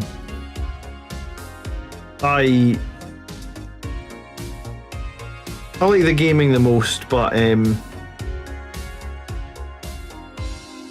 so if I could paint, I think the problem is that, like, I'm kind of a perfectionist, but I guess I'm a perfectionist within my own level, right? Like, I'm sure a lot of you guys paint better than I can paint here, but I at least try and be neat with the stuff that I'm doing. This, like I said a few times, this is a 3D print, so it's kind of hard to be neat with it, but it'll be okay. I mean, it's going to pass as a pretty decent model, I think. It's probably one of the only 3D prints that I've got in my army, but it's just because I couldn't get hold of the Volkites and I really wanted it for...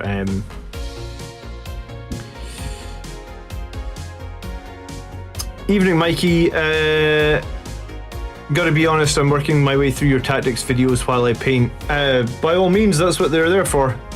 Listen, every time, I probably get like 1 cent every time you watch one of my videos, because YouTube shows an advert. So if you want to watch my videos, finish the tactics playlist and go back and watch them all again, that's cool too. Yeah, well, I have a 30-minute walk every day to my work, like my day job. So I listen to an audiobook. I listen to like basically 2 chapters on the walk to work and 2 chapters on the walk home most days. But yeah, no, after that last 40k book, I actually jumped onto a Star Wars book. When I was younger, I was really into Star Wars books. I was also really into Dungeons and Dragons books. So I jumped between the 3. And after that last Warhammer book was very, very difficult, I have been listening to a Star Wars book actually. I'm about halfway through it. I'm probably going to jump onto the next Solar War book next. But I just needed a change, I guess. It's weird, I hate those new Star Wars movies, but I still like Star Wars books and stuff like that.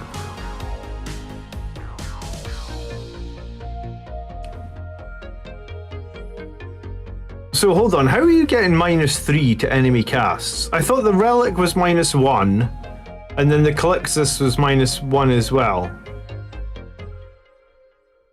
Oh, the Calixtus is -2 to all casts. Really? I thought it was only -1.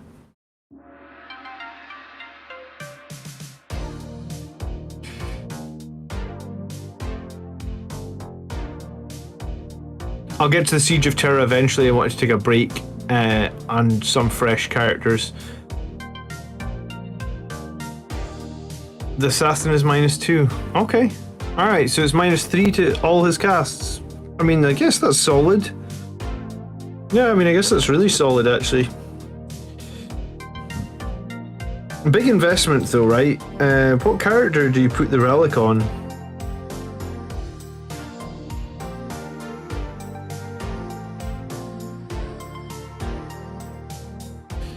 Have I listened to or read the X-Wing series? No, I have not read X-Wing. I read a bunch of books back in the day, like the Heir to the Empire series. Like, I read the originals of those, like when they first introduced Thrawn, like in the 80s, I guess. And then I read, I've actually so they've reintroduced Thrawn and they've done a trilogy, right? And then they've started like a second Thrawn trilogy, so there's 2 trilogies for the reintroduced Thrawn. I read the first 2 books in the first trilogy, and when I say read, I mean I've listened to them on Audible. I don't have time to read books. I listen to them on my walk for work.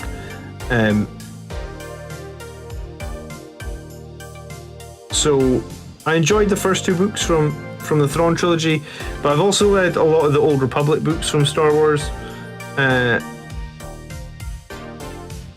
Some of those Old Republic books are honestly better than any of the new movie content they put out, honest.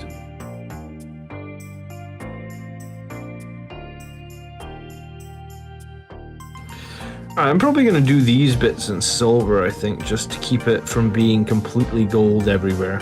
As much as I like gold, I guess.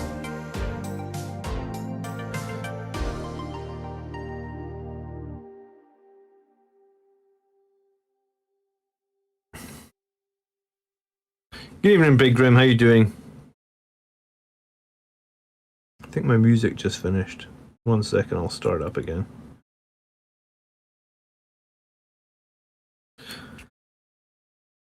Have you played your Plastic Crackhead tournament game, Big Grim?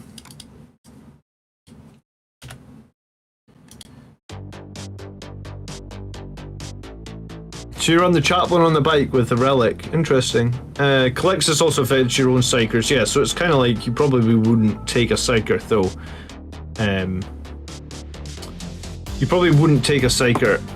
Just DM me the names of the books, Steel Rain, because I have an Audible subscription, and sometimes I like peddle my Audible subscriptions to you guys, because if you guys take up an Audible subscription through the links that's like on my channel, I get like, sometimes it's actually kind of crazy. Like sometimes I can get like £2, sometimes Amazon has promotions, and like sometimes it's like £15 if people take an Audible subscription, which is nuts. I don't understand how Amazon do that, but whatever. But no, here's a trick. If you use Audible, every couple of months, go to the unsubscribe page and click that you want to unsubscribe and click that it's too expensive. And they'll offer you like either a month for half price or a free book, or sometimes it'll be 3 months for like $1.99 a month. Sometimes they offer you nothing, right? But like, sometimes the offers are insane with Audible. I don't know why they're so good and how Amazon make any money out of it, but apparently they do. So the amount of times I've had like months and months of Audible for like $1.99 a month, and you just pick up a book that costs like 40 quid. It's nuts. So I love Audible. I have a huge backlog on there actually, and you're asking about Mephiston's City of Light. I haven't actually read that one, but it is in my library. So maybe that's what I should read next. Maybe I should read the Mephiston books next, because I think there's 3 of them, and I think I probably have them all in my library. And there's no reason that I haven't read them, to be honest.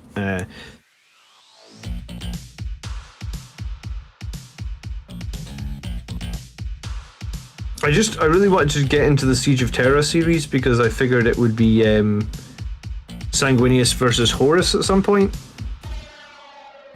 But yeah, I found the first book an absolute slog. You know, it's like one of those books where you're like 400 pages in and you're like, not much has really happened here. At least that's how I felt it was.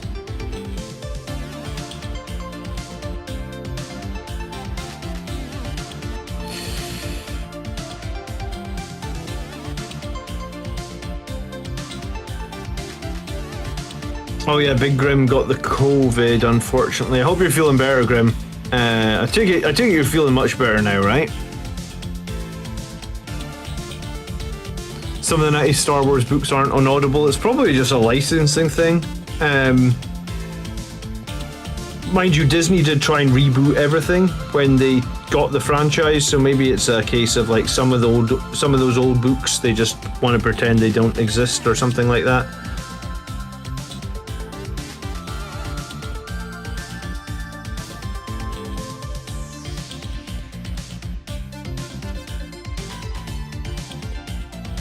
So someone was asking about oil washes. What are the advantages of using an oil wash over the Citadel washes?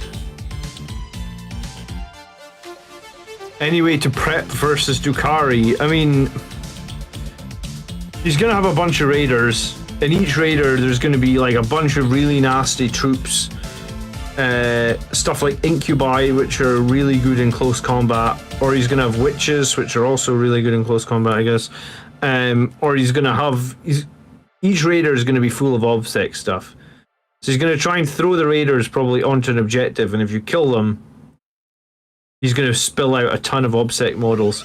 What I would try and do, Burgosaurus, is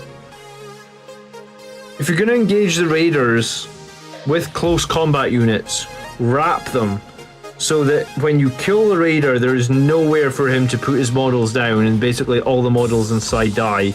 Because if they don't die, he'll spill out a ton of obsec stuff, no doubt, onto the objective, and you will lose that objective. And that'll kill, that'll lose you the game if you manage to do that once or twice, and he swings an objective away from you because he's just spat out a ton of obsec models on. You'll lose the game basically just because of that. So if you're gonna try and deal with the raiders, you 100% want to wrap them so that when they explode, there's nowhere for him to get his models down. Or not when they explode, rather, when they die, because they might not explode, right?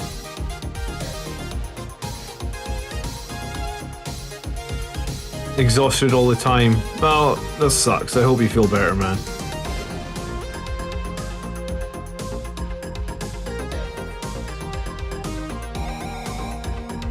I feel like I'm getting to the point with this model where there's just too much gold.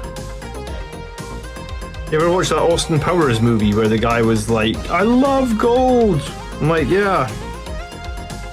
But now there's too much of it. It's like gold trims everywhere. Ian, thank you so much for becoming a member. We've got a ton of memberships and stuff tonight. I appreciate it, guys. What you can do, Ian, is you can link your YouTube account to your Discord account. So if you're in the Discord, if you go into Discord settings and link your YouTube account inside Discord, like link it to your Discord. I'm probably explaining this really badly, actually. But if you do that, then you will get access to our members-only Discord channel, which is probably the best place to get to speak to me on a daily basis. I always try and get in there. I don't always get in every day, but most days I get into the members room. We usually talk about battles. We talk about armies.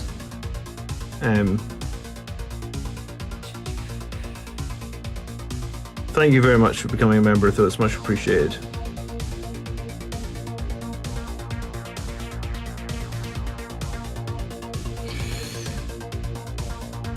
Gold member, that was the one, yeah. It was Mike Myers. Mike Myers played Gold member as well, didn't he? Because he played like all the villains in that movie. He played a Dutch villain that loved gold. I miss the Austin Powers movies. I thought they were a good series. Alright, we're going to do some silver now. What's a good wash to use over yellow? Reichland Flesh Shade. I think you can also use Caraborg Crimson. I'm trying to think what I used. La Badadadada says there can never be too much gold. I guess sometimes maybe there can be too much gold. This guy feels like he's got a lot of gold trimming on him now.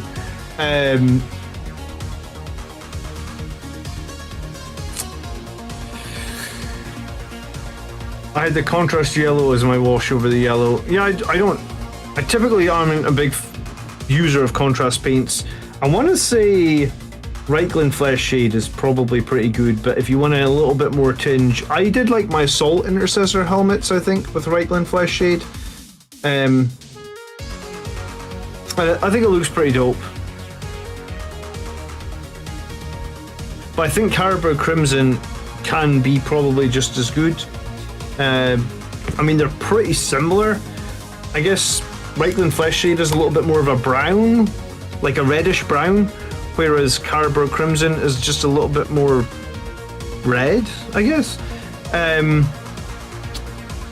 When I finish my guys in gold, like my Sanguinary Guard or my Vanguard Veteran or anything that I paint in gold, I basically wash the entire model with Reichland Flesh Shade, and it brings the gold. Like if you use, like I use Retributor gold, and if you wash them with Reichland Flesh Shade, it sort of takes the edge off the Retributor gold, and it makes them sort of bronzy red, and like I kind of dig it. So. Reichland Flesh Shade is a good paint to have for our Blood Angels player anyway, I think. Purple Ink Recess? Or, yeah, I mean, Seraphim Sepia? That's a good, like, Seraphim Sepia, Reichland Flesh Shade, and Carberg Crimson. Those three paints are like... I feel like they're 6.5 a dozen, are they? Like, they're so close together. They're all just like a light red wash. Flesh Tear's red contrast is awesome. Made me think more about contrast. Fair enough. I didn't know Flesh Tear's got a contrast paint. What's is it like the sort of like is it sort of like a dark red / maroon? The Flesh Tear's contrast paint? I guess I never really looked into contrast paint that much. I have one pot of it, and it's just the Blood Angels red.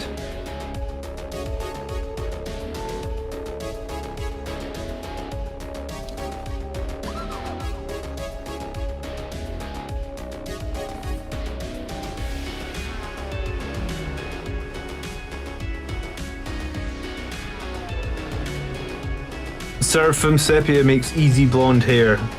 What colour do you put it over to make blonde hair then? I actually don't know if I own that paint, you know that? I definitely own Reichland Flesh Shade and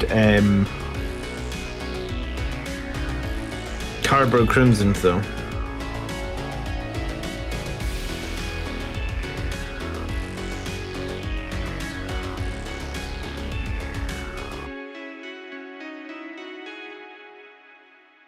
You know, I should have probably just done a regular Contemptor at this point, because this one has so many little details and stuff on it.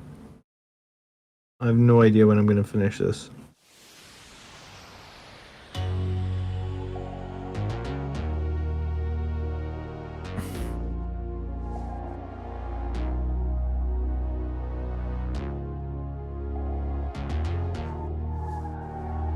Yeah, maybe at some point I could do like a squad of Lamenters to... a squad of troops in Lamenter colors or something, just to switch it up. I like occasionally switching things up, right? I mean, that's kind of what I did with my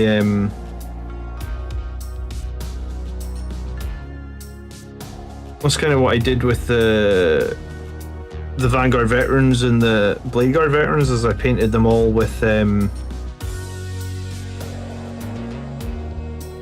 painted them all in gold, just because I'd been painting so much red before that I thought it would be nice to give them a change.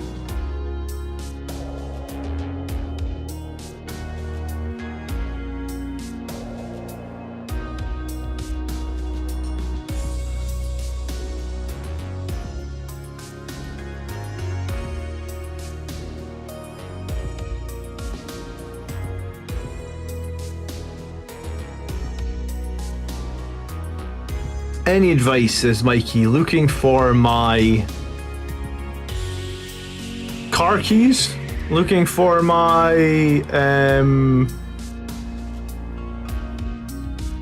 looking for my next purchase. Aha.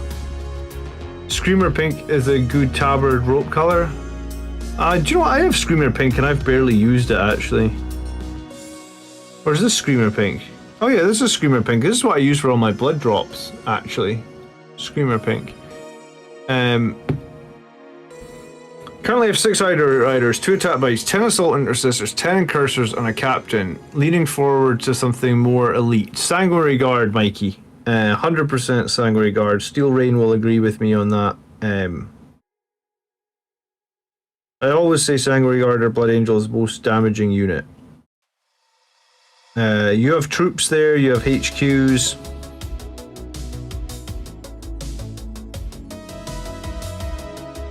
You might want a jump pack captain or a captain on a bike. Both of them would help you a lot if you're going to run Sanguinary Guard. Or the Primaris Chaplain on a bike is good as well.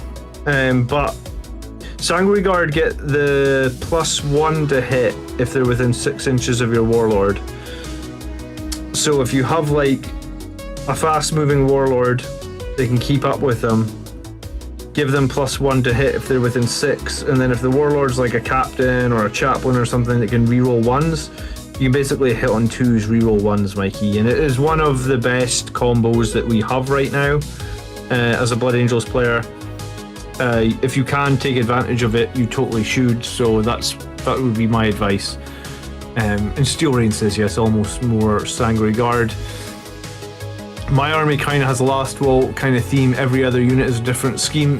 I mean, that's cool. I've seen some army. You'd probably win like a painting competition taking your army to a tournament like that, D-King. And I've seen some people do that, and it's always really impressive when they do.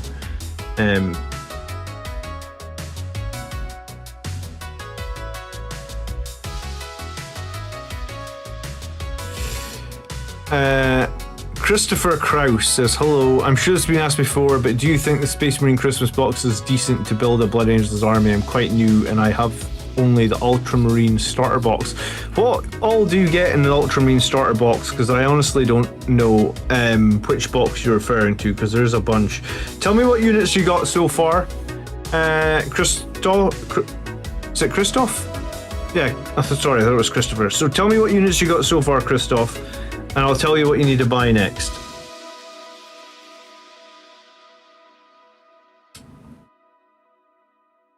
I think that the Christmas Battle Force might be okay in some situations, but I don't think it's the strongest for Blood Angels. Because I looked at it myself and was like, if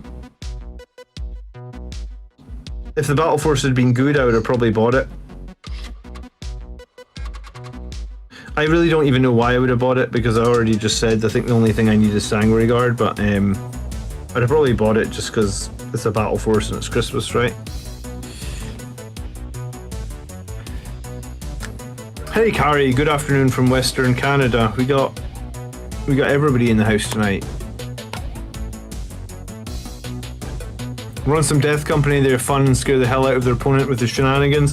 I think Death Company are good, but I think Sanguinary Guard are better right now. If you don't have either, I would say Sanguinary Guard over the Death Company. I don't think picking up Death Company would be a bad choice, but I think Sanguinary Guard are definitely better. I have this already. 1 Primaris Lieutenant in full bus armor, 10 Primaris Infiltrators, 3 Suppressors, 3 Eliminators, and 1 Impulsor. Interesting. Okay, and what's your budget? Like, because the Christmas boxes are like $120, right?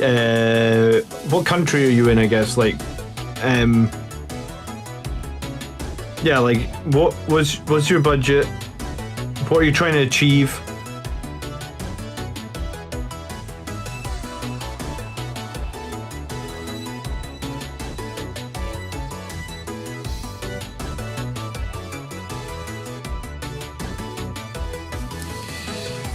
Sanguinary Guard are always the best choice. I need to change my chatbot,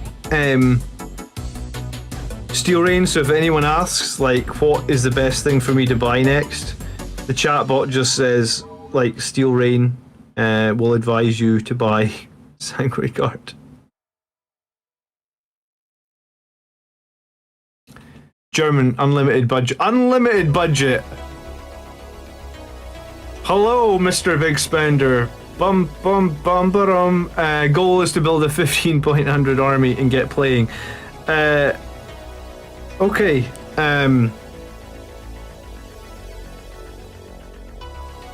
So what I just said a minute ago is going to be relevant. You're going to want a fast-moving HQ that can keep up with jump units, right?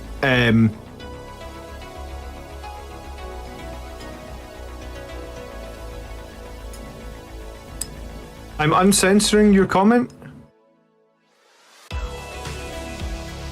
What did I uncensor?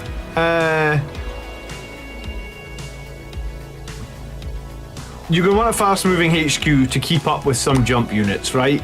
Christoph, and in my army currently, I run one squad of Sanguinary Guard. I am now, and I was running a squad of 8. I'm thinking of switching it into like 2 squads of 6 or 2 squads of 5. And earlier in the stream, Steel Rain super chatted me to get even more Sanguinary Guard. Sanguinary Guard are great. They're our most damaging unit. I think you need, like, if you want to be a competitive Blood Angels player, you probably need to have the ability to access like 14 Sanguinary Guard. So, because they are just like the most damaging unit. So you're gonna want to buy like, I would avoid the Christmas box set. I would buy yourself 2 squads of Sanguinary Guard, at least, maybe even 3. And I would also buy yourself a fast-moving HQ that can keep up with them so that they can hit on 2s and reroll 1s. And the fast-moving HQ units, you really have that. The ones that are easy to get hold of are the Primaris Chaplain on a bike or like a Captain with a jump pack. Both are good. I prefer to run a Captain on a bike myself, but you know, both are definitely viable. Both are definitely good.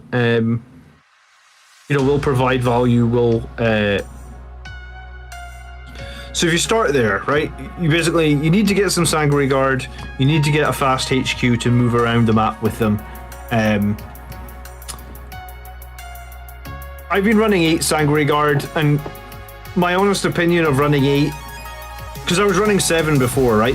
Before this tournament, I was running 7, and I thought to myself, like, my problem with the Sanguinary Guard is they do a lot of damage, but they die, right? So I thought to myself, like, I'll put 1 more model in the squad, I'll make it an 8. But the problem is, 8 Sanguinary Guard is like 260 points, right? So it's like a huge commitment or a huge investment in points, and like, you really can't let them die. So what I end up doing with them is I end up playing like super defensively with them, because like they're so important to my strategy and winning the game and stuff like that. So my plan for the near future, and bear in mind I've been to 2 tournaments now in the last 2 months. I think the first tournament was like the first week of September. Both tournaments I won 4 games, lost 1. So both tournaments I feel like I got a pretty good outing from my current lists. I feel like I played pretty well, only losing 1 game in both tournaments. And I think where I'm evolving my list to is I will be running 2 squads of Sanguinary Guard. That way I can be a little bit more blasé with one. If one takes heavy casualties or something, it won't be the end of the world. Whereas when you only have 1 squad and they're super important to your tactics, it can kind of feel like that. But then yeah, you want to have a fast moving HQ that can keep up with them for sure. Why take Sanguinary Guard over Terminators, Assault Quads with Thunderhammer and Storm Shields? Because once they're on the board, those Terminators are going to be slow as all hell. And I mean, I've been playing Terminators myself. You know, I had Terminators in that second tournament list. I picked them because they were survivable and durable and 3 wounds, and I knew exactly what I was getting with them. They're also very good at killing vehicles and orc buggies, and that was one of the reasons I took them. But like, once they're down on the board, and I actually ran them with a teleport homer as well, so I can redeploy them if I want to. They're just so slow, and you might not think about it, but like when the game starts withering down at the end of a game, you know, like, and there's only a handful of units on both sides of the table, having a unit that can move 12 inches and can jump into another board quadrant and can score you points or something like that can be so much more valuable than a squad of Terminators that are kind of isolated and kind of slow. And I mean, if you look against the game, so I had a game against John in another tournament, the Plastic Crackheads tournament this week, and in that tournament I had the Terminators deep strike in, and then we ended up killing a bunch of the stuff that they were going to charge, and then those Terminators for the rest of the game, they were kind of stuck. Like, they were in a board quadrant, they weren't providing all that much value just because they're slow. Yes, they're durable, but if they kill what they need to kill, or if something else kills them, they can get kind of bogged down, I guess. So yeah, I think you don't need to have 12 Sanguinary Guard. You don't need to have 14 of them. You don't need to have 3 units of them. And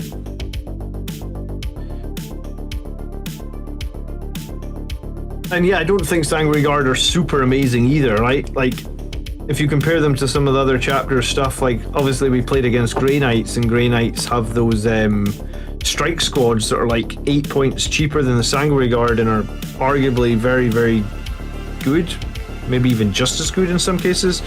But the speed of the Sanguinary Guard is where it's at. And I guess once you've played Sanguinary Guard enough times and you're used to their speed and you can use it well, there's almost no substitute. And I guess that's what Steel Rain's been trying to tell me to do. And I mean, I'll go to another GT with 2 squads of Sanguinary Guard next. The Terminators were fun. I mean, they kind of worked. I was in a meta where Orcs were very, very strong, and the Terminators I mean, I beat Orcs, and the Terminators scored me points in that game. So, and I think we only beat the Orcs by about 4 points. So, I mean, my strategy worked. But I think going forward, 2 squads of Sanguinary Guard is probably a much better option.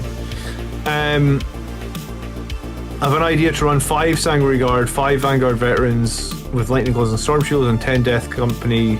I mean, that's fine. I used to run 3 squads of jump units. You know, 1 Sanguinary Guard, 1 Vanguard Veterans, 1 Death Company.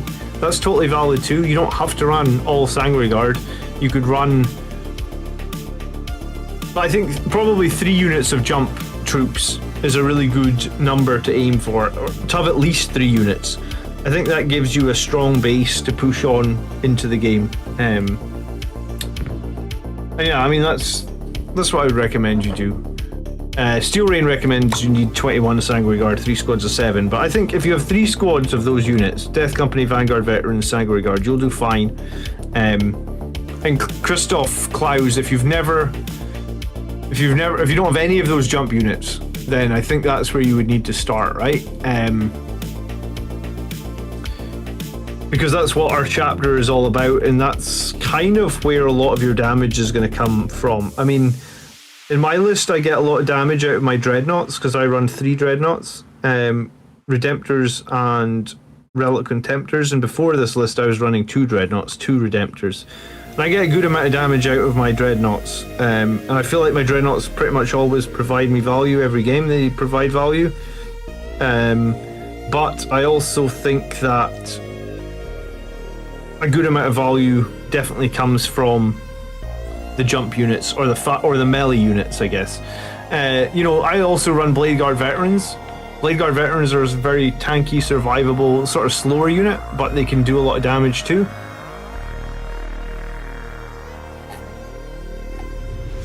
So, Blade Guard are fine.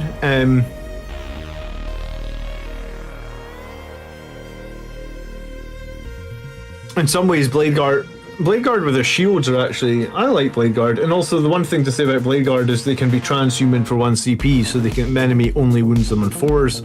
Can actually help a lot if they get targeted by like high strength weapons, you know?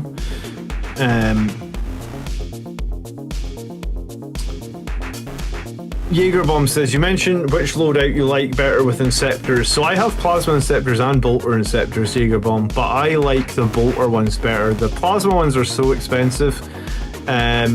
60 points per model. I mean, maybe if I was running a Sanguinary Priest I could get on board with that, but like, they're just so expensive. Also with the Plasma ones, if you ever kill your own model from shooting on 1s, that's really dangerous. I think the Bolter ones are good. They're cheap. 40 points per model. They get 18 shots when you arrive, a 3-man squad of them. I like the Bolter Inceptors. My new list, so basically, I talked about this at the start of the stream. I'm either gonna I'm definitely dropping the Terminators. The Terminators were there to deal with the threat of the Orc buggies, of the threat of facing like 20 odd Orc buggies, and the Terminators Chain Fist wrecked the Orc buggies. And if you watch any of the games I played on the stream against Orcs, they pretty much always did that, right? The Chain Fists just eat the Orc buggies alive. So the meta's changed. Orcs can't do that anymore. So I'm dropping my Terminators. I'm going with 2 squads of Sanguinary Guard and in Scepters, I think. Or maybe if we get these more Sangre Guard, we'll go with 3 squads of Sangre Guard, or we're going to go with 2 squads of Sangre Guard and an Impulsor. So I've got 3 options. I'm probably going to try and test all 3 over the next 2 months before the next GT. And I will be probably taking one of those 3 variants to the GT early next year.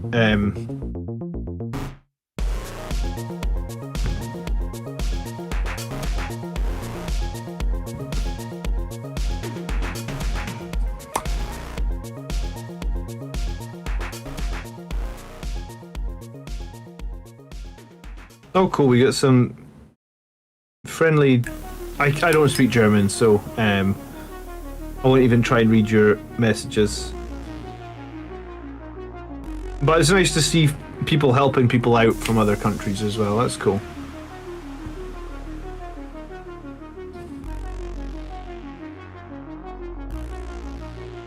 Don't forget,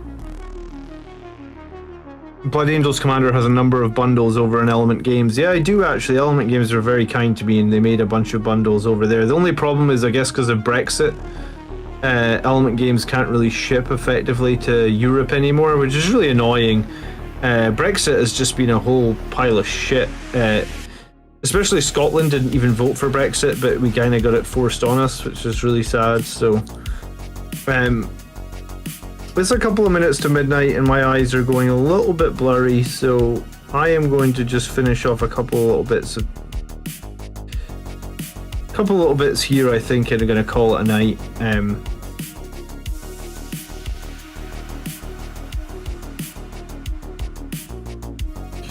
I think we made some decent progress on this guy tonight. Could have been more, but we had all these intricate bits to do. And some of these actually kind of still need tidied up, to be totally honest. I wouldn't be too hasty. Some guy who won Solcal is now looking at 12 Deathcopters, 2 planes and a ton of Warbikes. It's pretty nasty. I mean, Terminators won't be able to charge Deathcopters, right? Because they fly, or no? It's the Ramshackle that really hurts on those, D-King.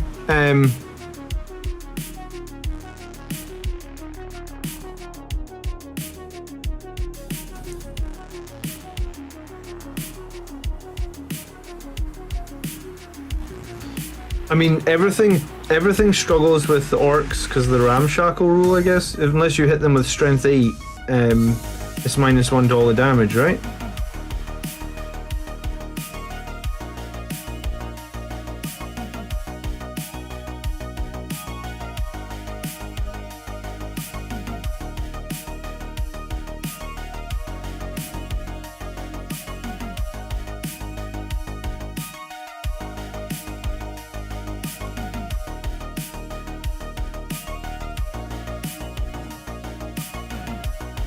Spent a very nice holiday in Scotland. Actually proposed to my wife. Well, congratulations. Scotland is a nice country to come visit. Yeah, I mean, we just, unfortunately, I don't think we really wanted to leave Europe. I certainly didn't. But Brexit's kind of like a whole other mess. Not everyone in England voted for Brexit. Yeah, that's true. I mean, I don't really know who even. I don't actually really know anyone that voted for Brexit, to be totally honest, but it's the same as like a few years before that, James, we had the vote on Scottish independence, and I didn't really know anyone that voted against Scottish independence, but like basically 1 in 2 people did vote against it. So it's like maybe just the area that I'm in, people's politics are quite a bit different from the rest of the country, I guess. Whereas like the area I'm in, pretty much everybody's pretty friendly and inclusive, which is nice, I guess. Like, you want people to be friendly. I actually watched a few motivational YouTubers. I mean, have we got snow yet in Scotland? No, not quite yet. Snow is in Scotland at the moment because of global... It used to be in like December we got snow, but because of global warming it's like February now. And it gets like really cold in February. It's not that bad at Christmas anymore.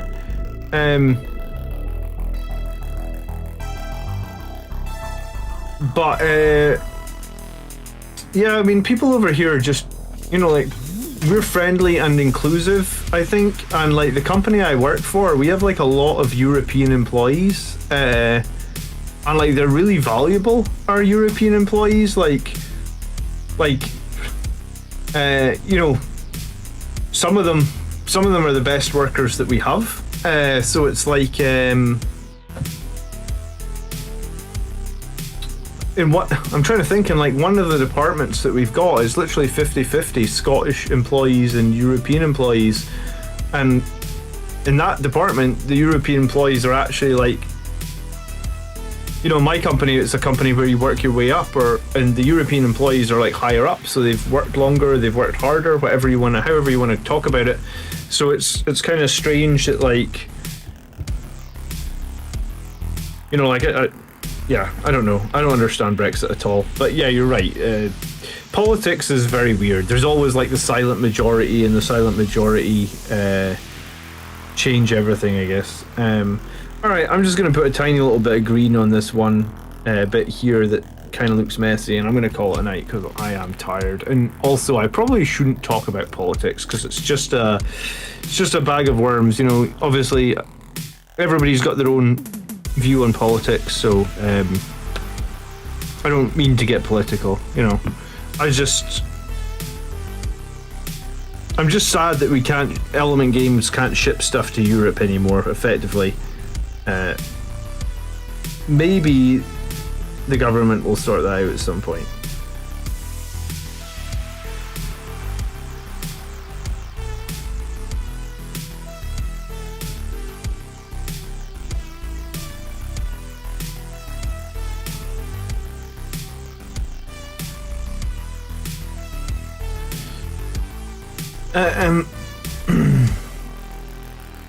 So finish building the Eliminators, 2 Las and 1 Carbine, even if I didn't like it. Just strength 4, -1, 2 damage, but the second move is worth it. Yeah, and I mean the second, remember, there's nothing that says Eliminators can't fight in close combat, right? So sometimes at the end of the game, again, the game can get quite strung out. There's not that many units on the board.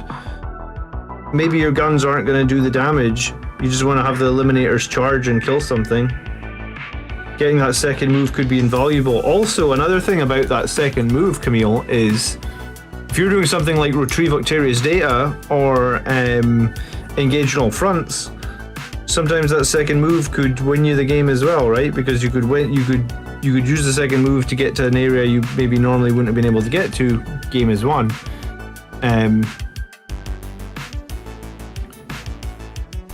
Yeah, exactly. So yeah, you're right, Steel Rain. We'll get away from politics. I don't need to comment on that. But yeah, I mean, I guess the only thing to say about that is that you probably, if you try and ship anything from the UK out to like Europe now, it's just going to be ridiculous prices, that's the way it is now, I guess. All right, this guy's pretty good. Trying to think how many more sessions it'll take me to finish this guy, like maybe another couple of weeks. Like, I don't think I'm painting this Thursday. I think we're filming the next episode of the Grots podcast, and I think the next episode of the podcast actually comes out on Thursday as well, so I'll link that when that comes out. So there's a new podcast episode coming this Thursday, so yeah, maybe a couple more weeks and we'll get this finished. I do have the 4 Volkite cannons to paint, though, to decent standard, I guess.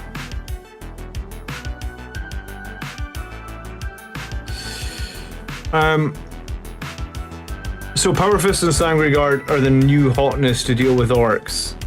I mean, I guess, but they're so expensive, right?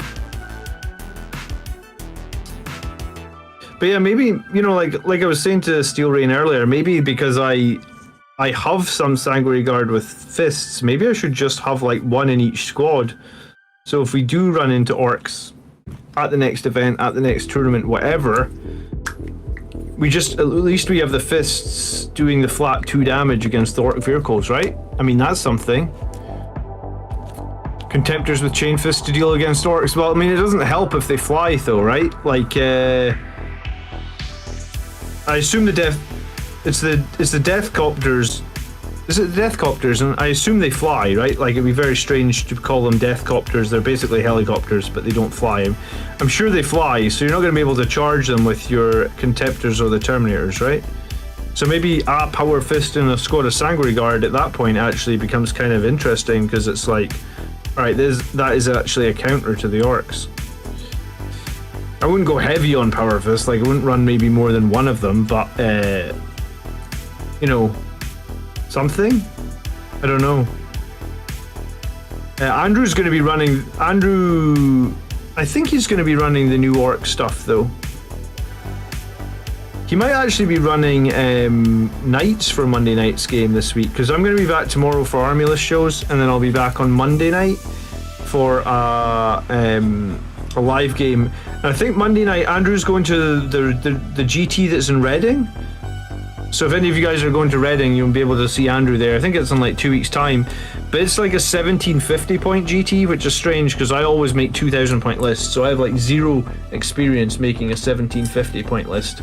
But that is what this GT is going to be. So I guess I will be making a 750 point list to fight against Andrew. Probably on Monday night. So just something different this Monday night, I guess. 5 points for a Power Fist is not too bad. Yeah, I mean, it is not too bad. It's if it means that it's easier to wound the Orcs, maybe it's not too bad. I'm done painting now. My eyes are all like blurry, so I'm just gonna put this off. I'll chat for a couple of minutes and then I'm out. You can't charge aircraft. Oh right, so they're not. Yeah, I guess they're not aircraft. Okay, Deathcopters. The -1 damage for Death Guard affects the Sanguinary Guard weapons really badly. At least the Power Fist will wound on 2s. Yeah, I mean that's usually why axes are kind of better for fighting against Death Guard, right? So that you still wound on 2s. Against Toughness 5 stuff, I guess, but maybe not so much against their vehicles and stuff like that, right?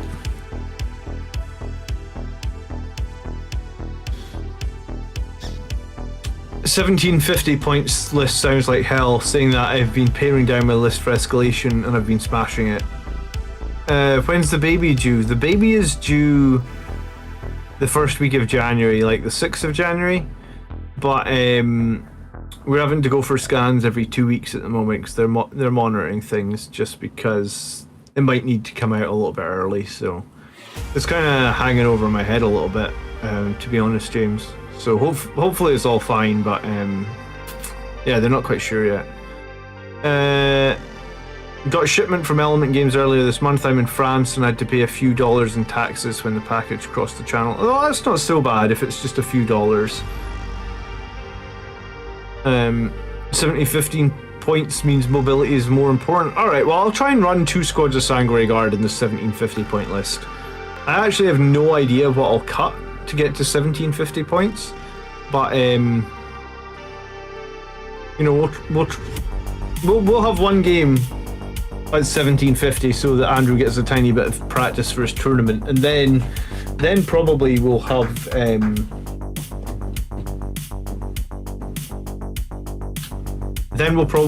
the 2000 point list, which will be the beefed up version of this tournament list with more Sanguinary Guard. So yeah, thank you to everybody that hung out tonight. I appreciate you guys all being here. If you are new and you want to see more Blood Angel stuff, then I'm here every week. So please consider subscribing. Thank you for all the memberships we got tonight. And the super chats, there was a bunch. And sorry, I missed a question from you, Jaegerbomb. Is Forge World slow when delivering out of the UK to, say, the USA? I believe Forge World have a USA store. They aren't the quickest at delivery, I'd say that for sure. And they definitely have had stock problems during the pandemic. I don't know if the pandemic has even ended yet, right? Because like in Britain, we're having big spikes of COVID again. So potentially it's still slow, Jaegerbomb. I'm trying to think if I bought anything from Forge World during the pandemic. I don't think I did, but I think I have heard a few people say it's taken a long time and it's been slow. My 1k list was 2x7 Sanguinary Guard, 2 times Assault Intercessors, Dante, and the Priest. Wow. That... I mean, I think you could probably make that work in 1K, to be honest, Steel Rain. Okay, but yeah, I'm gonna call it. I will be back tomorrow afternoon, 4 p.m. UK time, so that is precisely like 16 hours from now. And I'll tell you whose lists we're looking at tomorrow in case anyone maybe has a list up for review.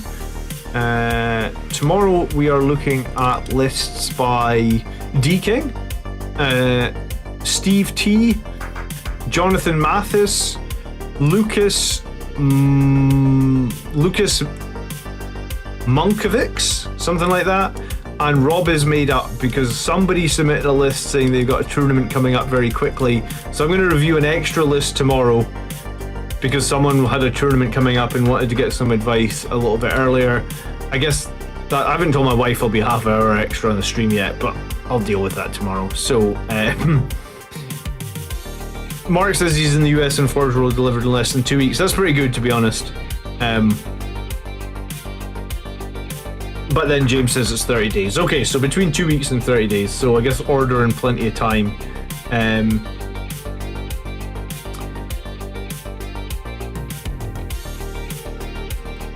I wish your son a very good birthday from me, James, and I think the rest of you guys have a great night. Thanks again for watching. Thanks again for the super chats. I'll see you guys all soon. By the blood, Army made strong. Peace.